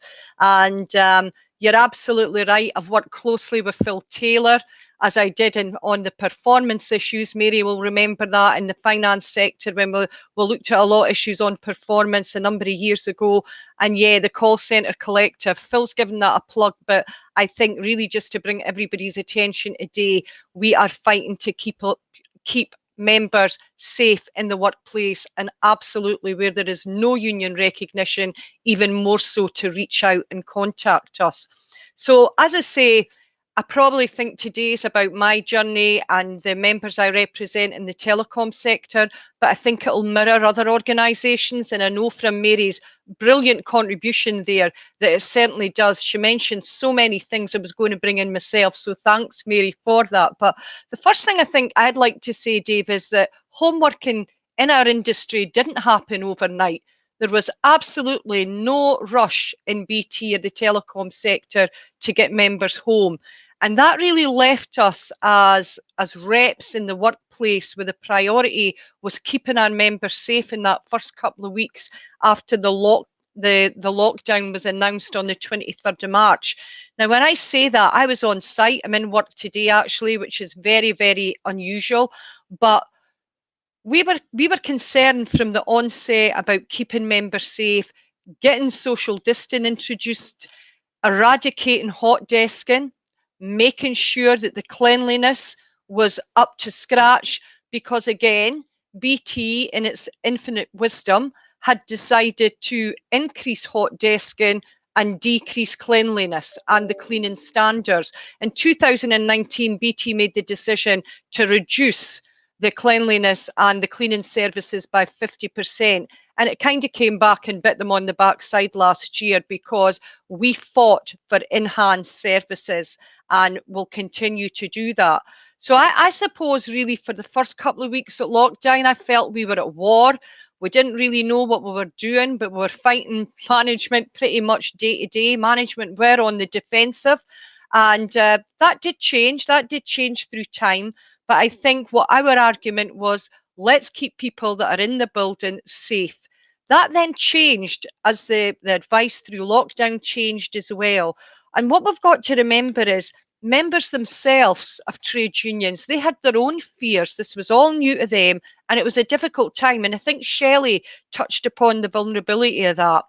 And what also then became apparent was the key worker status, the essential workers who were needed by their industries, and contact centres were part of that. And members were coming to us with issues around childcare, shielding, and their own anxiety. And that became very clear from the onset. But I think what I always felt, and I think as an STUC team and other affiliates, we knew that this was a time for us to stand up, that a torch was being shone on so many inconsistencies throughout our industries, and it was a time for us to stand up and speak out on behalf of our members in the workplace. It wasn't an easy fix, and home working did become a priority for the contact centres. But again, you would think working in the communication industry, that would have been really easily arranged. I can tell you it wasn't. There was barriers, like Shelley mentioned, the home space, technology, equipment. There was inconsistencies throughout various lines of business, but gradually a support was given for members to move home. I would say issues remained and actually still remain. And if I could say from an equality point of view, members who have reasonable adjustments in place and specialised equipment and desks, we had to battle hard for them to have the proper chairs at home. Desks were never agreed in our industry, and that then meant that a number of our members with disabilities and reasonable adjustments remain on site. And that's what I want to touch on now, is that we shouldn't forget home working isn't a fix for everybody, because sadly, everybody's home's not a safe space. We have a number of people who are subject to domestic abuse. And we also have our members that from the very onset held their hands up and said, I don't want to work from home. I want to be on a site. I want to be with colleagues. I want to get up and I want to get out every day. And that will help my mental health and well-being. And I think that has become apparent throughout the journey over the last 12 months. I also would say in the telecom industry, and I think Mary in the finance industry will mirror it, that we'll have a high demographic of young workers. And sadly, again, a lot of young workers have fragmented lives, and they have mental health and anxiety issues. And coming to work gives them that continuity and a bit of support. And I think we've got to keep our eye on that, that when we're discussing home working and relaxing a lockdown, we have got to remember that one size does not fit all. And that is a really important part of any discussion as we move forward. But I would say again that from my own members, when home working did become commonplace, it was really welcomed by many, many people. It assisted with homeschooling. The weather was nice. Shelley mentioned that. It was a bit of a novelty, and it was happy days, really. People were taking a bit more annual leave. They were just working differently with a bit more creativity, and things seemed to be working out. But I have to say, as the pandemic has remained and lockdown has increased, I've witnessed a real change in a lot of people's behaviours and my members' behaviours, because some members who had existing health issues have welcomed the home working piece. They've welcomed the quiet space, a more individual working environment, whereas it's others who perhaps seemed a bit more robust who have begun to struggle. They've struggled because they're now isolated, they're lonely, and they're living in a virtual world. And that's been evidenced throughout an increase in sick leave. And again, I would say that's probably reflected with other affiliates. In a telecom sector, we're moving into double figures for sick absence. It's not all long term, but I think a lot of people have used up a lot of their annual leave. It's not been managed properly. And now they're at a stage that they're not coping. They're not coping with a constant being sitting behind a computer, and they're missing their colleagues. So I would say as well, it's been a big learning for management. I don't think we should ignore that or forget about that. There's been a huge learning curve for management, and they've had to adapt.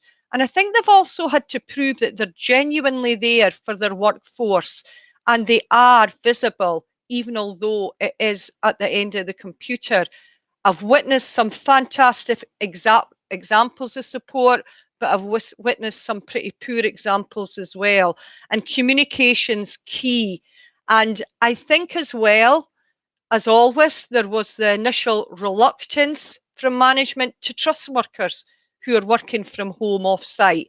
And what we seen was an accelerated level of performance tools, messaging, and measures, kind of like the big brother watching you approach. And we fought hard from day one against that.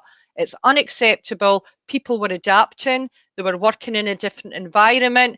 And I have to say the evidence is our members, and I'm sure throughout the contact centres in the whole, in the main, they've proved otherwise. They have proven they can be trusted. They are committed. They don't get up in the morning and think, I'm going to do a bad job today and I'm going to sit in my jammies. They are there for the company, but they need to know that the business is there for them. And we as a movement have to ensure the support is there for them. And I think it's a constant negotiation. And I think Gillian touched upon it in her contribution, that it's all new, so we're all learning and it's piecemeal. But again, I think we have to keep fighting and ensuring members are protected while they're working at home. BT, along with other industries and EE, are looking at what's called now smart working, which is the hybrid working that several people have mentioned before. And we're not opposed to that as a union. But I think that what will have to be a bit, maybe it sounds a bit cynical, but when any business is so keen to implement such a huge change, you better believe it, the benefits are there for the business, not for our members. So before we move down that road, there's a huge amount to discuss. There's a huge amount to understand. And Mary mentioned it. We'll have to have proper terms and conditions and policies in place. It can't be piecemeal. It can't be so-and-so's face fits so they can work from home 3 days and be on a workplace 2 days. It's got to be proper terms and conditions, and we have got to police any policies. And, you know, just to give you a wee bit of a laugh, an example of what we're up against, some of our members are working split screens, so they need additional equipment. And it was mentioned to the business, well, are we going to have people with 2 screens in the workplace and 2 screens at home? And the initial reaction was, no, if people need extra equipment, then we'll give it to them at a good discount rate. Obviously, that was challenged hardly, and we'll continue to do that. I would also say that throughout the past 12 months, as part of my role on the STUC, I was part of the working group for the sectoral guidance on the contact centres, and we had leverage and we really made some changes. And it is again about speaking up and standing up for people in the workplace, making sure the trade union voice is heard and making sure we're part of any bargaining agenda.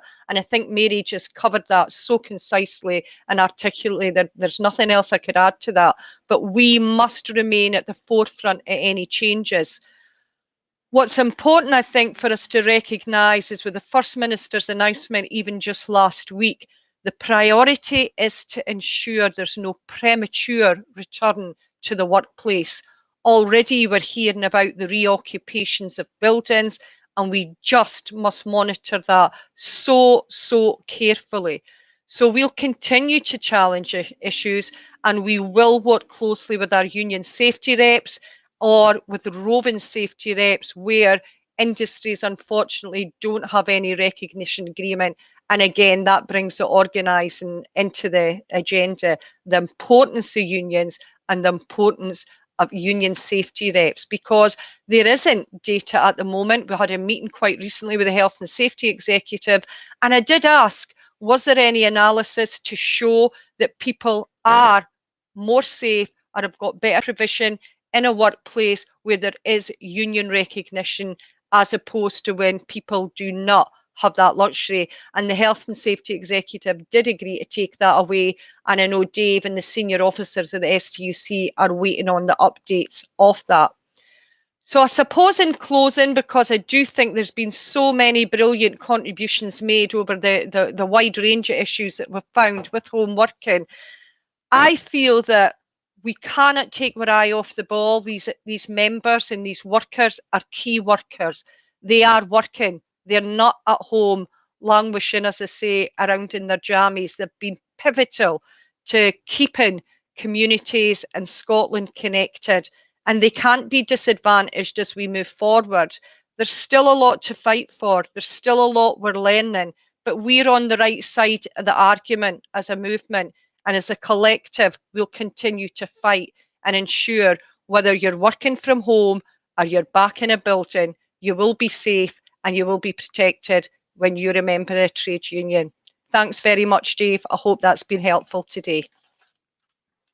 Thanks, Paul, and it's been immensely helpful. And if I could ask one of the STUC staff to bring everybody back for this, maybe just one quick round of questions to you all. I mean, thanks, Pauline. That was really insightful, and I think in particular the fact that we know that employers, whether they're doing their best or whether they're not, are also in a period of flux just now, and that now is our opportunity to get there. Because time's short, I'm just going to throw in a couple of things that have come up in the chat and just ask people if they can pick one or the other, or just give their reflections on both.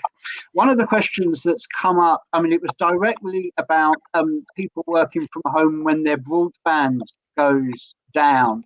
But I'm going to broaden that out a little bit and ask people to comment on what is the bargaining or indeed the legal position, given that, if I'm working in an office somewhere and there's a power cut or there's really loud building site works going on outside, or my Wi-Fi goes down, then everybody in the office knows about it. It affects everybody.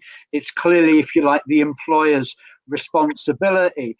When you're talking about some of those factors affecting somebody in the home, that seems to me to be a more difficult situation. Fine if your employer believes you every single time, but will they, and does that have an implication for bargaining? And I guess the second the second point I think that came up in the chat is, I suppose, more about the writing or rewriting of these flexible working policies. Pauline, I think we're all aware that there's going to be some significant rewriting of flexible working policies, and I think some fear out there that the existing one we have are often abused or not properly implemented by employers anyway. So what are the real things we need to be looking out for as we start? You will have mentioned some of them, but if there's something, many of you in particular, that are key things we need to be looking at as we rewrite those policies in the period ahead. So Gillian, I don't know if there's anything there or anything else that you want to comment on. I know it's a little bit more in the negotiation sphere, but you're not a bad negotiator either. I mean, I think on the broadband thing, I mean, obviously that's an issue. Ironically, with me, it's normally my employer's internet that is not working, so I can't actually get onto the systems, which is another problem in and of itself. So yeah, I mean, obviously, if you had a situation where someone's internet regularly broke on a Monday morning, for example, then that's the kind of thing that you would imagine. Could obviously be subject to like what's the word I'm looking for? Disciplinary action, even. But I think, I mean, obviously, if you were discussing with your employer working from home, there would have to be a discussion about what equipment you had and didn't have. And the reality, that's what I mean. This can quickly, become a huge class issue, because if you don't have internet at home, then your ability to work at home is pretty limited. Particularly if you need to log on to systems and things like that. In both sectors that Pauline and Mary represent, you'd have to have quite a secure internet connection, and for data and stuff like that. And if you don't have that really restricts what you can do. And I think if you agree to work at home and say that you've got that equipment to work at home, and then don't then work at home, I think there would be discussions about whether that, that request, it wouldn't be rescinded in such a way, because it's not really what you can do. But your employer could just seek to change your contract back to working in the office. But I think if there was an element of when you're asking for it, I think there does need to be discussions about who's responsible for paying for these things. And I know there are certainly some companies where they're now giving their employees like a payment every month or every year to cover, it's going to be minuscule amounts of money. Consider how much more people are going to be paying out in like heating and electricity and things. But, I think these are all things that we need to discuss, how people are being covered. Another thing is a lot of workers are using their own mobile phones, particularly in circumstances where you get because everyone has 3 minutes, so it's just considered that you use your own phone. But obviously, when you use your own car, you get mileage, so it's kind of like all these things need to be considered in the round. And I think the other thing you said about your policies is that that is really important to have good policies in the work. However, we need good laws as well, because policies, unless they're contractual, which none of them are or are rarely contractual, it doesn't really make any difference. Well, it does make a difference for as long as employers are abiding by them. But unfortunately, if the employers just want to negotiate a policy for the sake of looking good, then it's pretty easy to do that, particularly if they think they've got good union engagement. But if you've not got any way to implement that by the law, it doesn't take average worker very much further. Thanks for that, Gillian. Mary? Yeah, I mean, I think Gillian's really, answered the questions there. In terms of the broadband and connections, I think it's a bit like if someone's sick every Monday, then there's got to be a realism and an exchange and an honesty there about what the issues are, and the employer has to understand if there is a problem with the broadband connection, then it's their responsibility to fix that.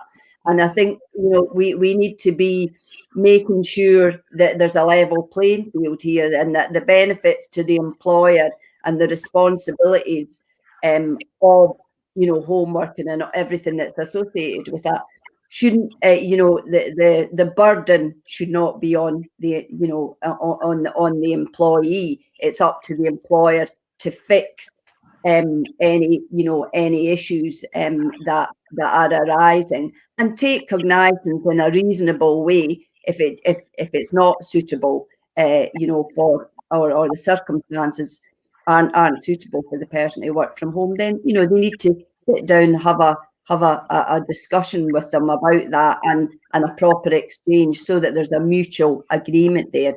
And I think this is, that's a really important thing about working from home. It's got to be about personal choice, and it's got to be about flexibility, but it's got to be, on the workers' terms as well. And that's why I think the whole bargaining agenda and the issues that the last 365 days have thrown up really need to be, the unions really need to take those issues forward and, thrash out in terms of a home working agreement, for example, in finance, needs to include all these elements that, that we've talked about today to safeguard, our members.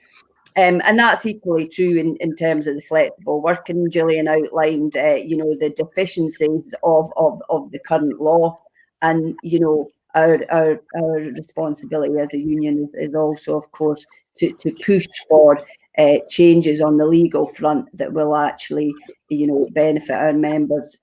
So I'll leave it there. Sorry, I'm blethering on here. Not at all, Mary. Thanks very much indeed. And the final word to you, Pauline. Yeah, I mean, I would just say it's quite an interesting question, because it's an issue that we've had raised several times from our members. And I think it's down to a common sense approach, Dave, because we've had examples where you're always going to get rogue managers, you're always going to get inexperienced managers.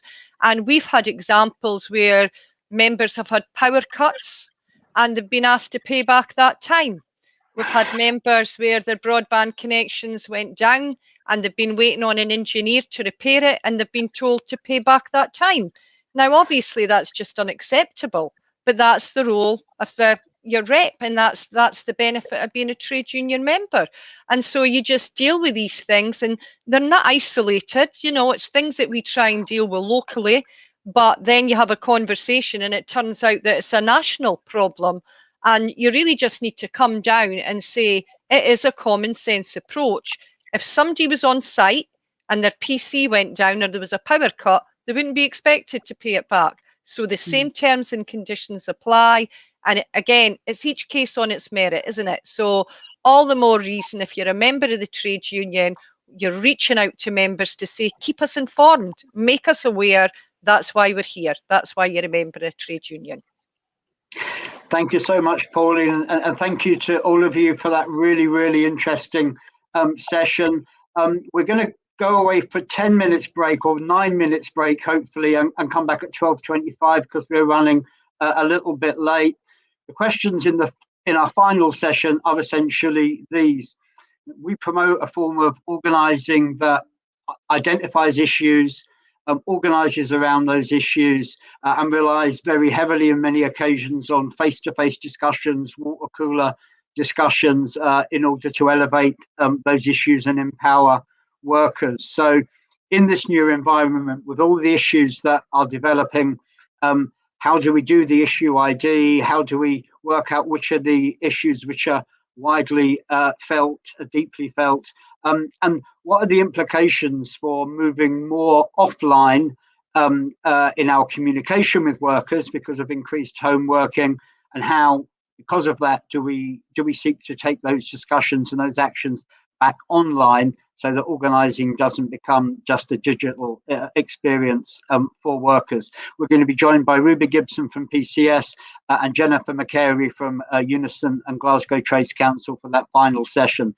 So hopefully it's okay to see you back at 12:25. Thanks very much.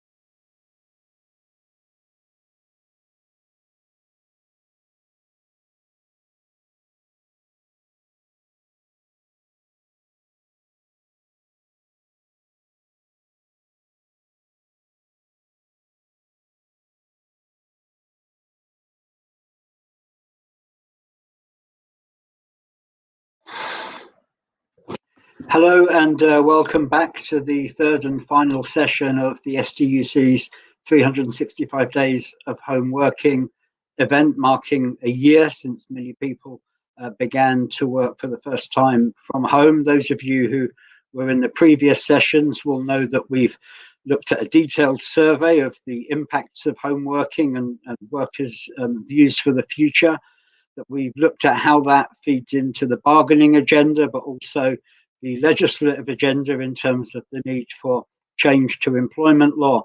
And now we're moving on to the fundamental issue of how we organise around the issues thrown up, not just by home working, but by remote working more generally. We've heard that there are a whole range of issues which exist, but will continue to develop over the period ahead, issues for workers. We've heard that many people expect to be working less in the workplace and more communicating digitally, which has meant that unions already and in the future will have to adapt how they communicate and also how they organise. So this session is going to look a little bit more about identifying those issues, organising around those issues, but also using digital techniques to add to traditional and new and innovative organising techniques. So we've got two speakers in the first session.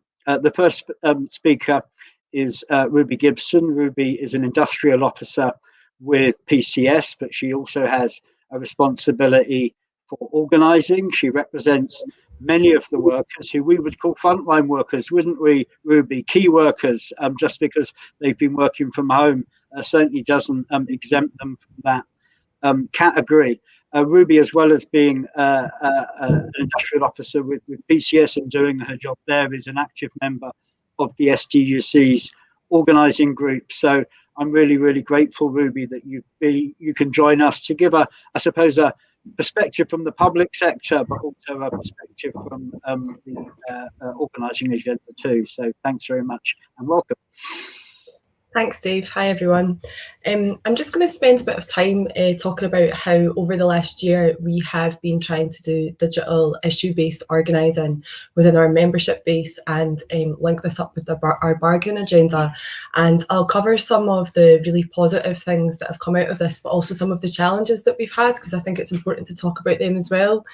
So in spring last year, when the Scottish Government announced their roadmap out of lockdown, our members in the justice sector were going to be some of the first to go back into workplaces after lockdown, and the culture sector wouldn't be far behind them. And we knew from our lay reps in both the Courts and Tribunals Service and the Procurator Fiscal Service branches that members were understandably very concerned about their health and safety. So due to us having 95% roughly of our members at that point either working from home or on furlough, we obviously couldn't just go and have a face-to-face chat with members like we usually would if we knew that there was an issue. And we had to look at ways in which we could digitally communicate with and engage the maximum amount of members in quite a short timescale.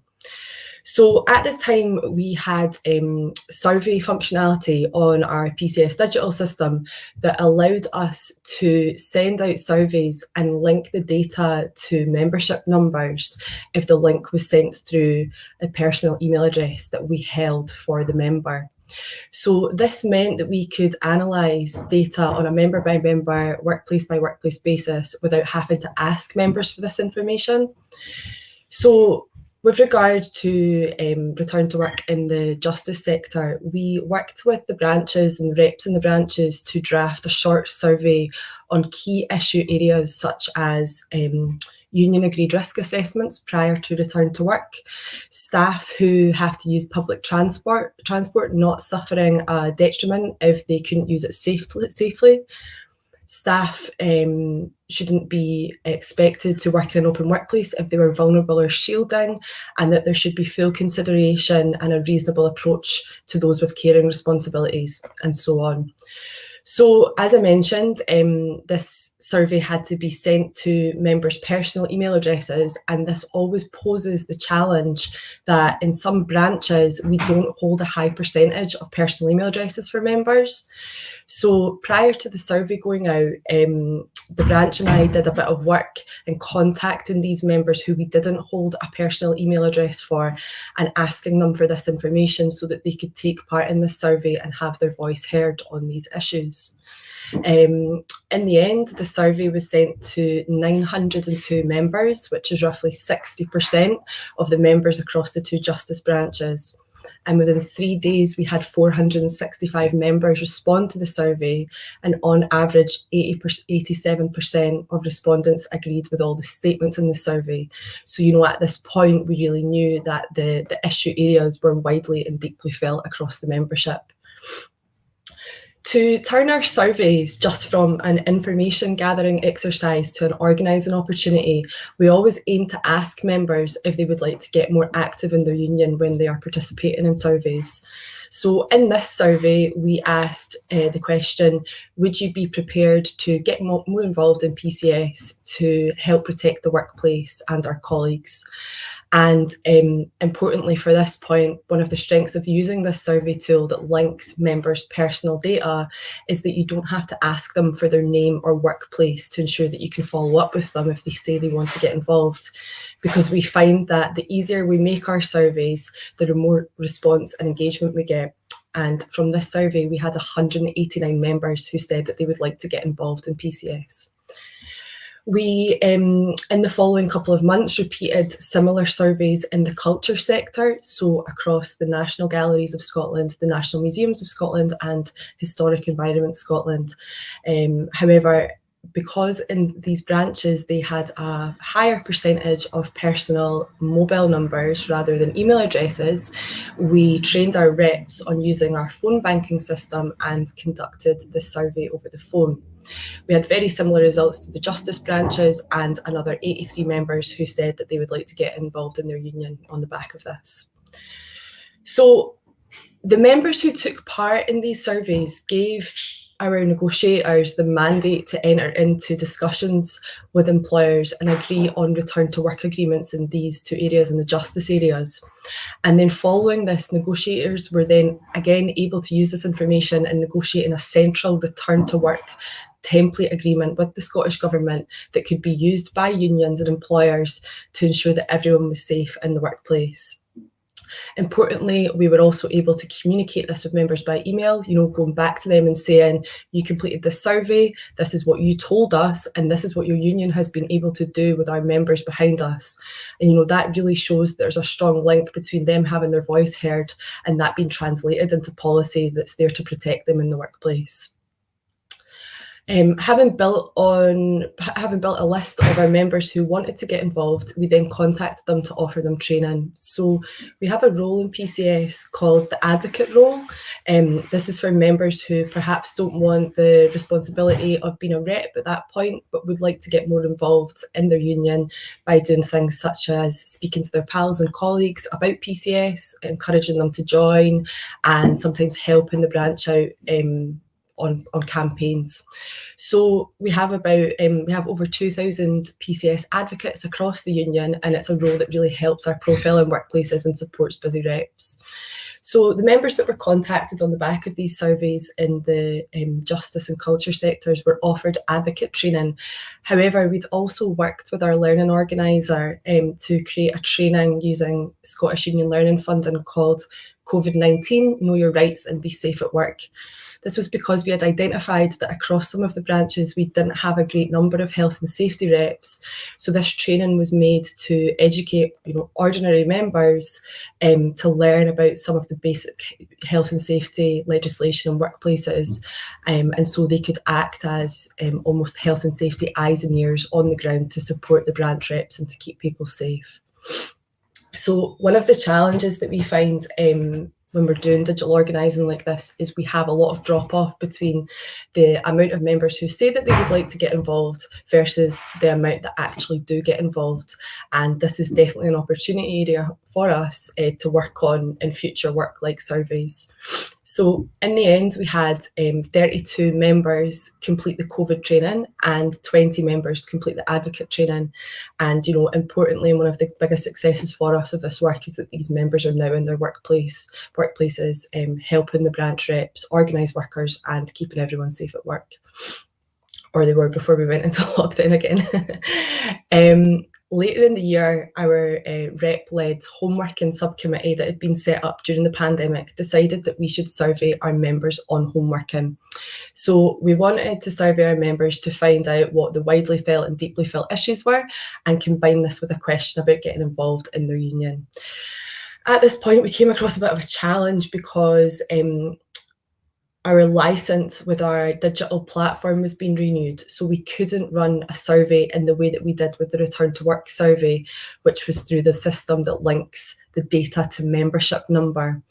So we decided to run the survey on SurveyMonkey, but because our privacy policy only allows us to store and collect personal data from European servers, and SurveyMonkey's server is an American one, the aim of the survey would have to be purely to have analytical data on how our members felt. So unlike the Return to Work surveys, it frustratingly wouldn't be a list building, engagement and organising exercise. So we asked members a range of questions around key issue areas such as health and safety at home, work-life balance, mental well-being, workload, household bills, and our last question was, thinking of the future, would you like to return to 100% office-based working, 100% home working, or a blended approach? So there was over 2,500 members who took part in this survey, which was incredible uptake for us. And there were some really interesting results. Over half of the participants said that their work-life balance had improved, but over a third said that their mental well-being had worsened. 64% of members said that they had the right equipment to do their jobs at home, which was obviously really positive to hear, but definitely surprised us that it was that many people. And 95% of members said that they wanted to return to a blended approach of office-based and home working. So based on the data that we got from this survey, we created temporary home working principles for the remainder of the pandemic.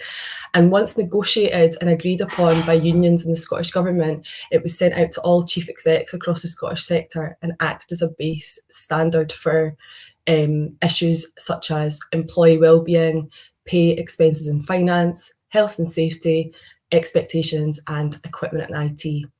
Similarly to the Return to Work survey, these principles were communicated back to all members through email, so they knew that their voice had been heard, and at this point the members were asked if they would like to get involved in their union.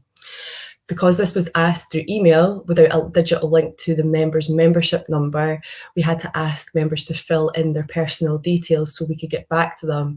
And this one extra step resulted in a drastic decrease in the amount of members who said that they would like to get involved. So it's really clear to us that, you know, the absence of the face-to-face conversation and issues such as asking people to fill in their personal details can result in this. As well as the temporary home working principles that were done on the back of this survey, a permanent home working policy has been drafted, and our next step is to engage our branches and activist networks with the view of hopefully having a member-agreed post-pandemic draft home working policy that we can negotiate centrally with the Scottish Government on and use this as a basis for future negotiations on this issue. The draft policy is based on what our members have told us, but also it's based on what the PCS position is. So what we will be aiming to do is to ensure that all workers have things like an office space, and that home working is entirely voluntary, because, you know, as Gillian and Mary put it earlier, there will be a lot of employers who'll try and use this as a cost-cutting exercise, and we can't ignore the fact that in our survey, which can be used as a sample of how our members feel, over 200 respondents told us that they wanted to return to 100% office-based working. So over the coming months, we'll just be looking at ways that we can turn our strategic work on home working back into an organising opportunity again, and to hopefully look at getting more members active around this issue. That's me, thanks. Thanks very much, Ruby. That was a both concise and brilliant description of how you've used member surveying, both to feed the organising agenda, but even when that wasn't entirely possible, how you've been able to reflect that in the bargaining agenda and then play that back to your branches and your members. And I think it goes to the fact that the need to organise and to optimise the organising in the period ahead is absolutely vital. And we've put in the chat there that the STUC expects to hold a range of one-day events this year, probably 3, which will look at digital organising in more detail.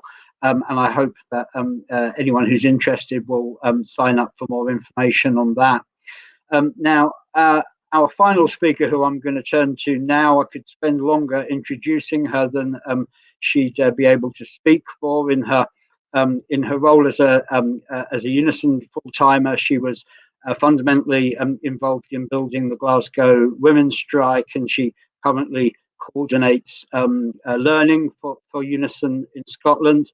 But that's just one of her hats. She's also the chair of Glasgow Trades Council. And in that role, or as part of that role, she also represents trades councils on the STUC General Council. So the final thing I'm going to say, Jennifer, is that she's also been a key link person for the STUC organising group that she chairs with colleagues around the world, but particularly organisers from the US who are having a lot to say and a lot of influence over how organising is developing. And I guess one of the things on all our minds, Jennifer, is how some of those key techniques and key approaches translate into the digital age, if you like, or the development of digital communications. And that's probably something that none of us got all the answers on, but something that I know that Jennifer is preeminent in considering, at least for the Scottish Trade Union movement. So, Jennifer, it's absolutely appropriate that I should pass over to you now to hear your perspectives. Welcome. Thanks, Dave. Thanks so much for inviting me along, and I've really enjoyed the contributions so far. I can't believe it's been a year. In some ways, it seems longer. And welcome from my house to yours. Some of you might be in work, but most of you will be at your homes. This is really unprecedented times that we're in, and the challenges of successfully organising when we are suddenly cut off as a movement. You know, people are sent back to their homes. Is huge and enormous. I'd like to talk a bit about some of the work that we've done in Unison to try and tackle that and to help us build and grow in this context, because workers have never needed trade unions more than now, and certainly our members in Unison have never needed their trade unions to be their union to be as close to them as possible. So I'd like to talk a wee bit about some of the work we've been doing, and also in the context of the learning that we've had to undertake as a movement and speed to kind of be fit for purpose in the context of a pandemic. And that's involved learning a lot from others, learning a lot from others internationally. As ever, the work I'm going to talk about is the work of many. It's not the work of me. I'm just a part of that movement in Unison. And it's particularly important to emphasise that all of our work has been co-produced by our activist base. So everything that we've done in this context that I shared with you has been something that we've done in partnership with our activists and delivered in partnership with our activists, and written in partnership, particularly with our lay tutor network in the Learning and Organising Committee and with our Health and Safety Committee in Scotland. So I'm going to share, fingers crossed, it's the first time I've tried to do it in this context.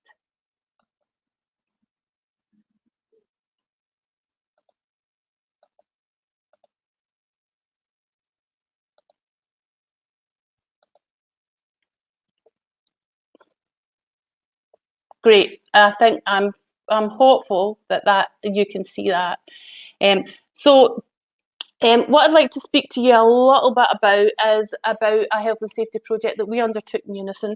And of course, when the pandemic hit, it became a health and safety crisis for our members, and particularly for groups of members where health and safety had not been a huge issue in their workplaces.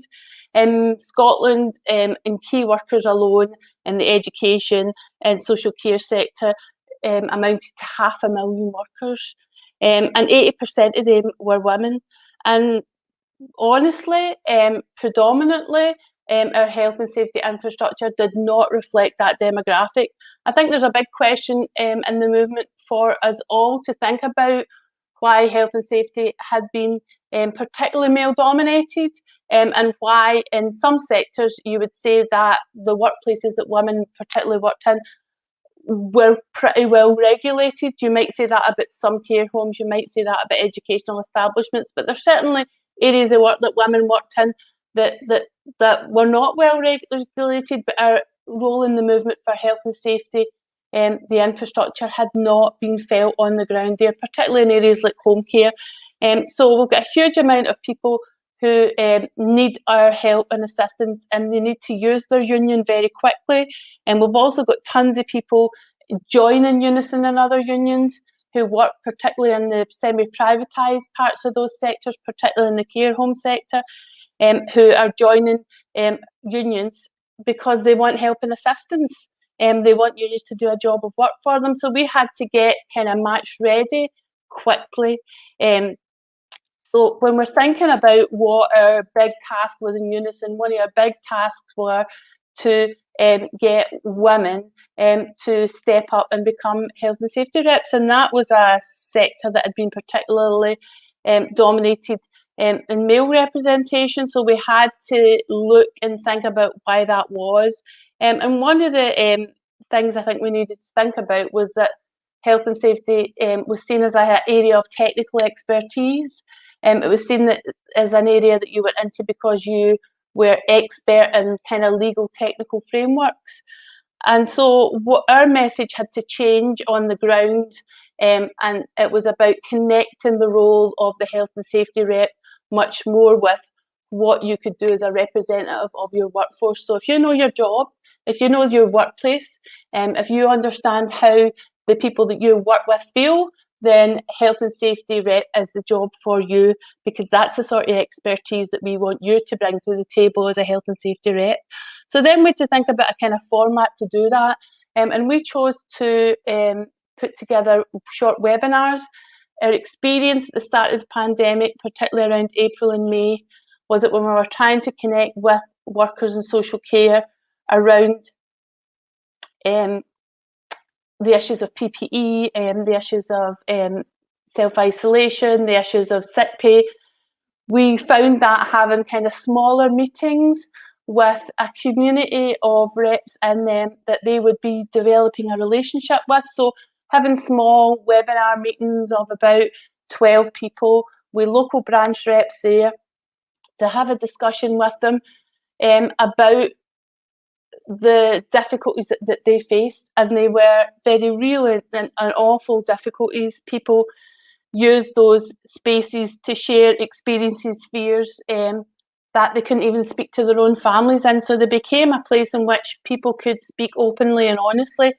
And having a webinar experience that it isn't just about chalk and talk, it isn't just what you have to endure just now at the moment, you know, listening to somebody share their views on the matter, but really that generate some conversation that allow people the space to share their fears, to share their angers, and then providing a format that could show them that there was some hope there, that becoming a union rep would give them kind of special powers and representation, and the community of the union to help them speak out and speak up and get improvements in their workplaces. So using that kind of anger, hope, action model in a small kind of branch webinar had proved successful in social care. So we decided to take that model into health and safety and to design a campaign that would allow branches, occupational groups, sectors all over Scotland to deliver health and safety small meetings and webinars in the same kind of design that would target women, that would target female dominated occupations, and that would allow them to see that through becoming a Unison health and safety rep, that they would gain powers to make strategic interventions. Those webinars were around risk assessment, understanding them, understanding how you could intervene in the risk assessment to identify the risks that your members felt on the ground and to make sure that they were being addressed by your employer, and also workplace inspections, so that you could understand how you could inspect your workplace and make sure that the measures taking place were being adhered to, that there was compliance, and that they were effective. So the challenge for us was to build an infrastructure around that, and we built a team around Scotland to deliver those, both activists and organising staff. So that resulted from June onwards to March today, and us here's some of the figures. Figures are important in organising. That's how we measure what we do. So we managed to hold 13 tutor briefings. We had 118 tutors attend those briefings. We had 72 branch-based courses. So that was fantastic, because it meant that, you know, our members on the ground could meet people in the branches and the organising staff that they work with and build relationships, because that's what organising is all about, building relationships so that you can move on to the next step. We trained 460 members, and we've so far delivered 58 new health and safety fully accredited reps. But lots of those people who were on the members course have went on to become more active in their branches, and also thought about becoming organising, becoming stewards. So the 58 reps is not the only outcome, but it is a very important, significant one for making sure that in care homes, in schools, and those kind of establishments, we have people who are fully accredited on the ground who can continue the work, which was really important. We also have moved to deliver our entire activist education programme online, using that same infrastructure. So those experiences of delivering those short webinars on the ground actually managed to give people skills and to get them to dip their toe into a format that we would then use to deliver activist education.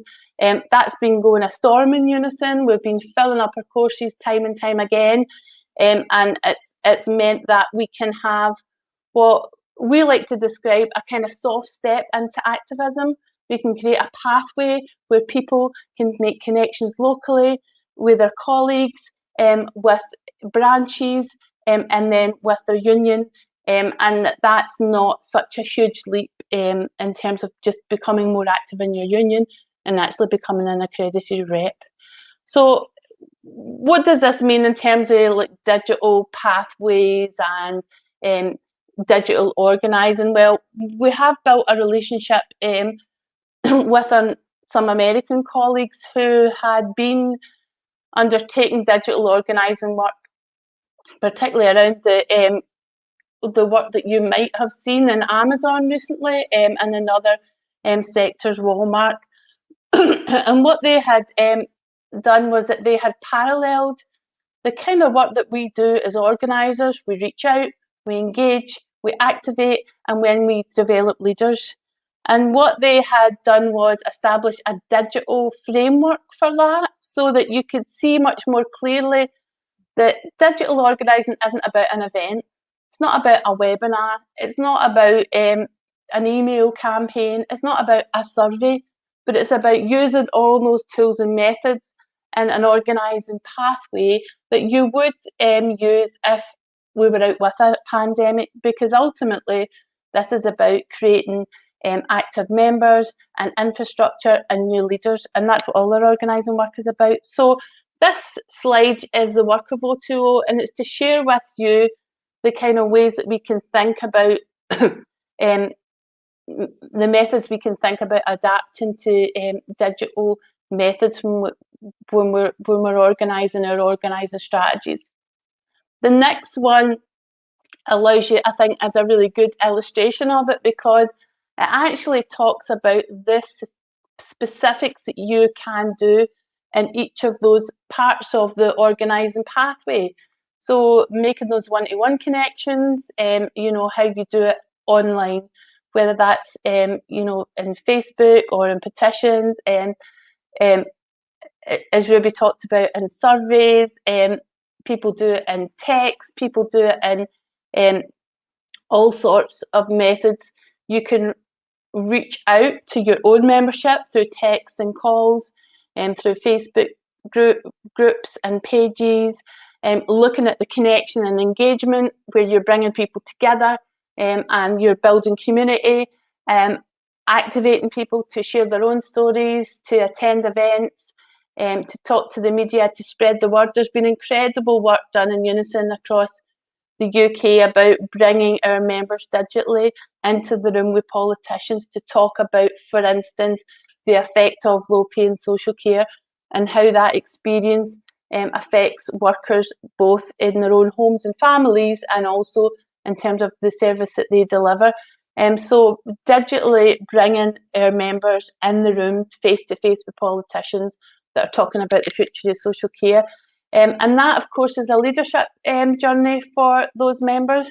And it's really important that they're engaged, not just to be spectators or brought in, but they're involved in the planning of, you know, what that means that we do strategically as a union, and they have been. So I think that organising pathway, for us, that was a really helpful, enlightening experience to look at that, think about that, and think about the way that that influenced our work. So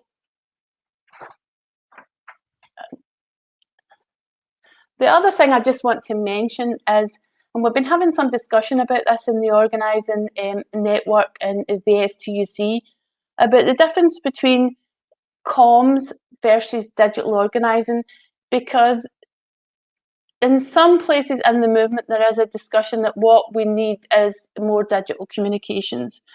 And we've started, I think, a discussion to say that there is a difference between digital comms and digital organising, and that the goals and measures that we use in digital communications in our union are different, because, you know, digital communications are about, you know, developing, cultivating and maintaining an organisational identity or a brand image, but digital organising is about focusing on the meeting of the goals of an organising campaign, measuring successes, using figures, using numbers, you know, using outcomes. And of course, we might be using the shared tools, but that you can't replace one with the other. Both are absolutely essential, but I think we need to have a much greater discussion about the difference between digital communications in the trade union movement and digital organising, when they work together, and that they can work alongside each other, but they aren't actually the same thing. So just to end, you know, that organising is always a marathon, not a sprint. It's not about having one great event, however great that is. It's about integrating those great events into a pathway that builds our movement. So I don't think I'm a recent convert to digital organising, but I think I've become much better informed about it. One of the really great things about this experience is that internationally we've been able to share so much with our colleagues across the world. And I hope that that doesn't, you know, is something that we take with us when we come out the other side of the pandemic, particularly for me, taking part in the strike school organised by Rosa Luxemburg, which is happening again in May. I'm going to make a plug for it this year. Was a particularly useful experience in terms of upping our skills and getting a much greater understanding of, you know, what different tools unions used all over the world. Digital organising is not about empowering those who are most digitally resource served. So it's not about empowering workers who have the most digital resources. Digital resources can, and digital organising can empower workers who have the least digital resources. I say that as somebody who has seen organising stewards courses completed by people who've worked in cupboards and care homes off a phone. It's not about denying access, but it should always be about embracing access, and in so doing so, building our power as workers in the way that we engage and involve members. So I'm just going to leave it there and hope for like a lot of discussion and return back to. Thanks so much, Jennifer. I think I've returned back, which is what we were looking for there, and hopefully Ruby will be able to join us as well. We've got about 10 minutes. I mean, Jennifer, I mean, there was so much there, but I mean, what's really important, I think, is that distinction between union communications and digital organising, absolutely fundamental. And you've shown us some of the careful strategies that are required if you're going to allow workers' voice to emerge from a different form or a different technique of organising. And I've got a kind of, because I haven't got loads of questions in the chat box, because I think people have probably been listening so attentively. So I'm going to throw you both a kind of question, hopefully not too much from left field on this one. I guess one of the things that comes up when you've got difference between if like union comms and digital organising is how you get the message right, how you sound to people, I think is absolutely fundamental. And I'm sure there's lots of bad conversations that take place in the workplaces where reps and organisers aren't potentially having the conversations they should have, but there's also some very good ones, and from those conversations you can get, you know, the real important messages kind of identified, and then messages which kind of enrich what unions say. How do we do that through digital organising? How do we ensure that the workers' voice is being heard and being heard better through digital organising? That's what I'm going to. The reason I asked that question is I think that everything that we've heard today suggests that there's quite a wide range of experiences out there, quite a wide range of different like hopes and expectations around the future of home working. And I guess for me, that kind of question of the semantics of what we say and how we say it and who says it is probably more important than ever.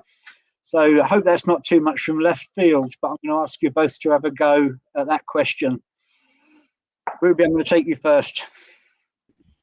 Thanks, Dave. I think it's definitely something that I have been considering this work over the last year, and especially when we went out to do the return to work surveys. That was the first kind of that thing that we'd done, and it was about getting the messaging right. I think fundamentally it's about who's leading on that, who's driving that, and us all are involved in that process and are fundamental to the building of our surveys and the communications that go out prior to that, because they're in the workplace, or they work for that employer, so they know what the language is and they know how people will, you know, the kind of key issue areas and key words that people respond to. But I suppose more generally, it's very important that we don't third party the union in any of our communications. You know, the word and language that we use around PCS is our union. It's given people the opportunity to get involved in their union, and being very concise is very important in digital comms, because I think there's a lot of research into, I think somebody opens an email and closes it in 0.6 of a second. So how do you get people's attention when they open the email and get them engaged in that? And I think just lastly is about giving ownership as well, making it very clear that this is about you having your voice heard, and it's about you having the opportunity to contribute to change and to things that matter in your working life. Thanks, Ruby. I'm going to jump in here if that's okay, Dave. So I think I'm going to think about this in a couple of different ways. The first way I'm going to think about it is, I'm a great believer that you have a successful union meeting based on the way that people feel when they leave it. You know, the way that people feel and experience things is really, really important. And sometimes we don't think about that in the way that we structure meetings, but certainly when we were building the equal pay campaign in Glasgow, the way people felt during a meeting and after it is really important. And that's because of the communication that they have in terms of with each other and how they identify in that space and how that space feels for them. And I think it's no different digitally. I think that if we have a meeting that we organise where people are talked to by officers about how they should feel, or how we think they feel, then that's quite a disempowering experience. I think if they're brought into the conversation, you know, and they're the ones that flavour that, then I think that just becomes much more meaningful. And that was the experience I had when we were talking to social care workers in care homes and around. You know, I could describe that experience, but when one of them came into the meetings and talked about how that felt for them and their families and their lives, it was so incredibly powerful. There was no greater power in that meeting than that worker's voice. And I think that, so at a kind of small organising level, we need to make sure that workers share their experiences and their voices are heard and they have a place in that. But also I think in terms of, you know, talking about people getting involved, that if they see people like themselves, if they hear a language that they use, that makes it a much easier step for them to then get involved and become active, because, and that's really fundamental. So there is absolute clarity that if people see images of themselves or people like them, if they see messages like the messages that they would have with colleagues. So even in terms of our content of the texts that we write workers or the emails that we write them, I was speaking to organisers this morning. On one of the breaks, I jumped into a digital catch-up in Unison Scotland, and they were talking about the way that they had framed the emails, the way that they were framing the text in an informal way, and they changed that, and how that was bringing much greater success to the rate of people who text them back. And finally, I want to talk about the power that we bring to the table with politicians, and with decision makers and with employers. Our members' experience of surviving so far, sadly some of them haven't, but you know, our members' experience in this pandemic has been so incredibly powerful. When we bring them to the table and we frame the conversation through their experience, but whenever we can bring them to the table, there is no greater power than that. And certainly I've learned that through our colleagues in the northwest of Unison, who have been bringing workers in dispute, particularly workers who are contracted out of health service but deliver health service contracts and that kind of relationship, and they bring them round the table with, you know, local councillors who are putting the money into the services that they're working in. That has led to decisions about collective bargaining, access, living wage being paid. You know, it has meant that pounds and pennies get put in the pockets of workers, and the workers' role in that has been fundamental. In some ways, it would have been so easy to cut workers out of the picture, you know, because here we are with the infrastructure of the union and we're staff, but that would have weakened us massively. And we have an enormous lesson to learn about that. So that's my contribution on semantics. It's absolutely essential that we make the focus of our presentation the experience of the workers on the ground. Thanks so much for that, Jennifer, and thanks both of you. But I'm going to hit you with one last quick question before, unfortunately, we have to go. And apologies, Ruby and Jennifer, that we were running a little bit late. There's a lot more to unpack here, and we've advertised in the chat box the opportunity for people to get more information on the organising programme that the STUC is going to be running this year. But you can blame Ruby and Jennifer and my colleague Linda Somerville, who you both know very well, for the final question, which is, if unions can take one step, perhaps their first, in organising during home working, what should they do? Who wants to go first? I'll go first, Dave. I think that something that I've been very aware of is that a lot of the organising work that we've had to do over the last year, like all the work we've had to do over the last year, has been quite reactionary. And we've tried to encompass organising into that in the ways that we can. But something that I'm very aware of that we haven't been thinking about is the bread and butter of organising, like mapping. And, you know, it's fundamental to any organising work that we try and do if we've got maps of where our members sit and where our non-members sit. And a big issue for us is just now is that we don't have access to non-members unless it's through inductions. So I think that when we're talking about general organising, the first step that I would always suggest would be to try and have active maps of where your members are, you know, the teams that they're situated in. If you can get information on how many non-members you've got in those areas, are there any issues in those areas, and to have that as a basis to work off for any organising work that the union plans to do. Thanks, Ruby. I'm sure you didn't need it, Jennifer, but at least it gave you a minute to think. I know I did need it actually, and I do really agree with Ruby. I think that mapping is the first step. I think that was a really great answer, Ruby. Mapping is always our first step, and that mapping should be different because with home working, we're not mapping sites. We're maybe mapping localities. We're mapping digital access. We're mapping all sorts of things, preferences for communication. We're maybe mapping what the challenges are with people's home lives in relation to their working experience. So we're maybe grouping them in groups to do with that.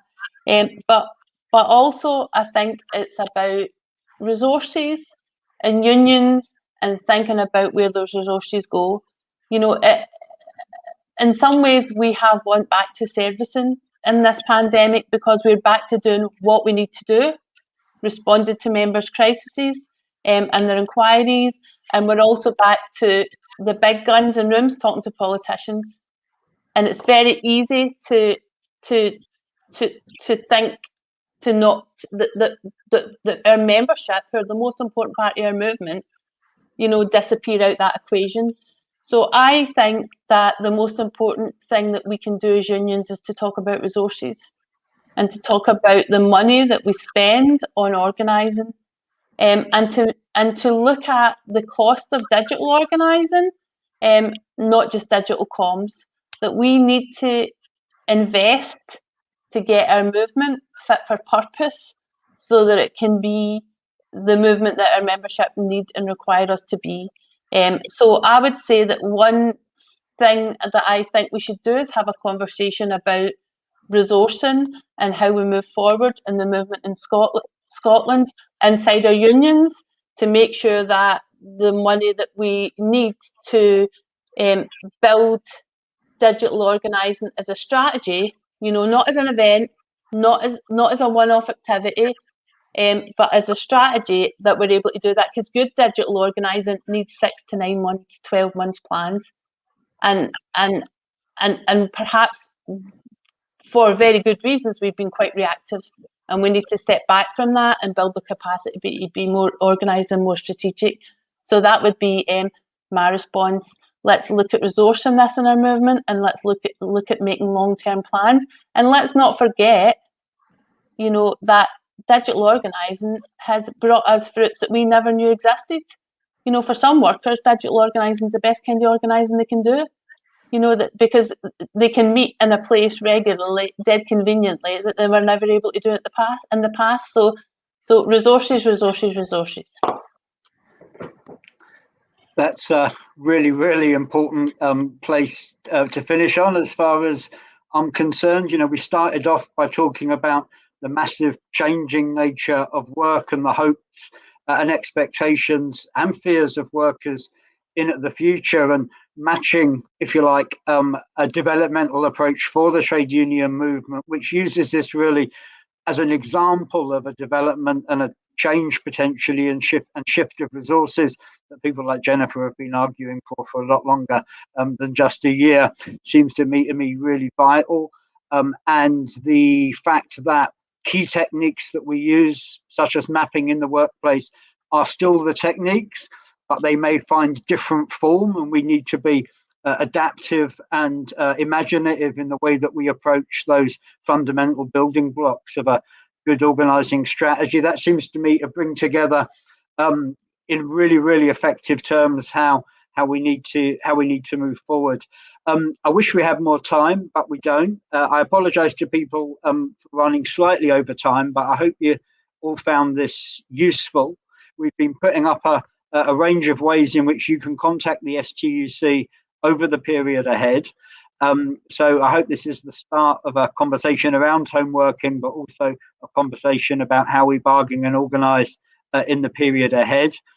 Thanks for this final session to Jennifer and to Ruby, but also to all of the speakers that we've had and everybody that's engaged today. And we hope to see you all again soon. So thank you very much. Good afternoon.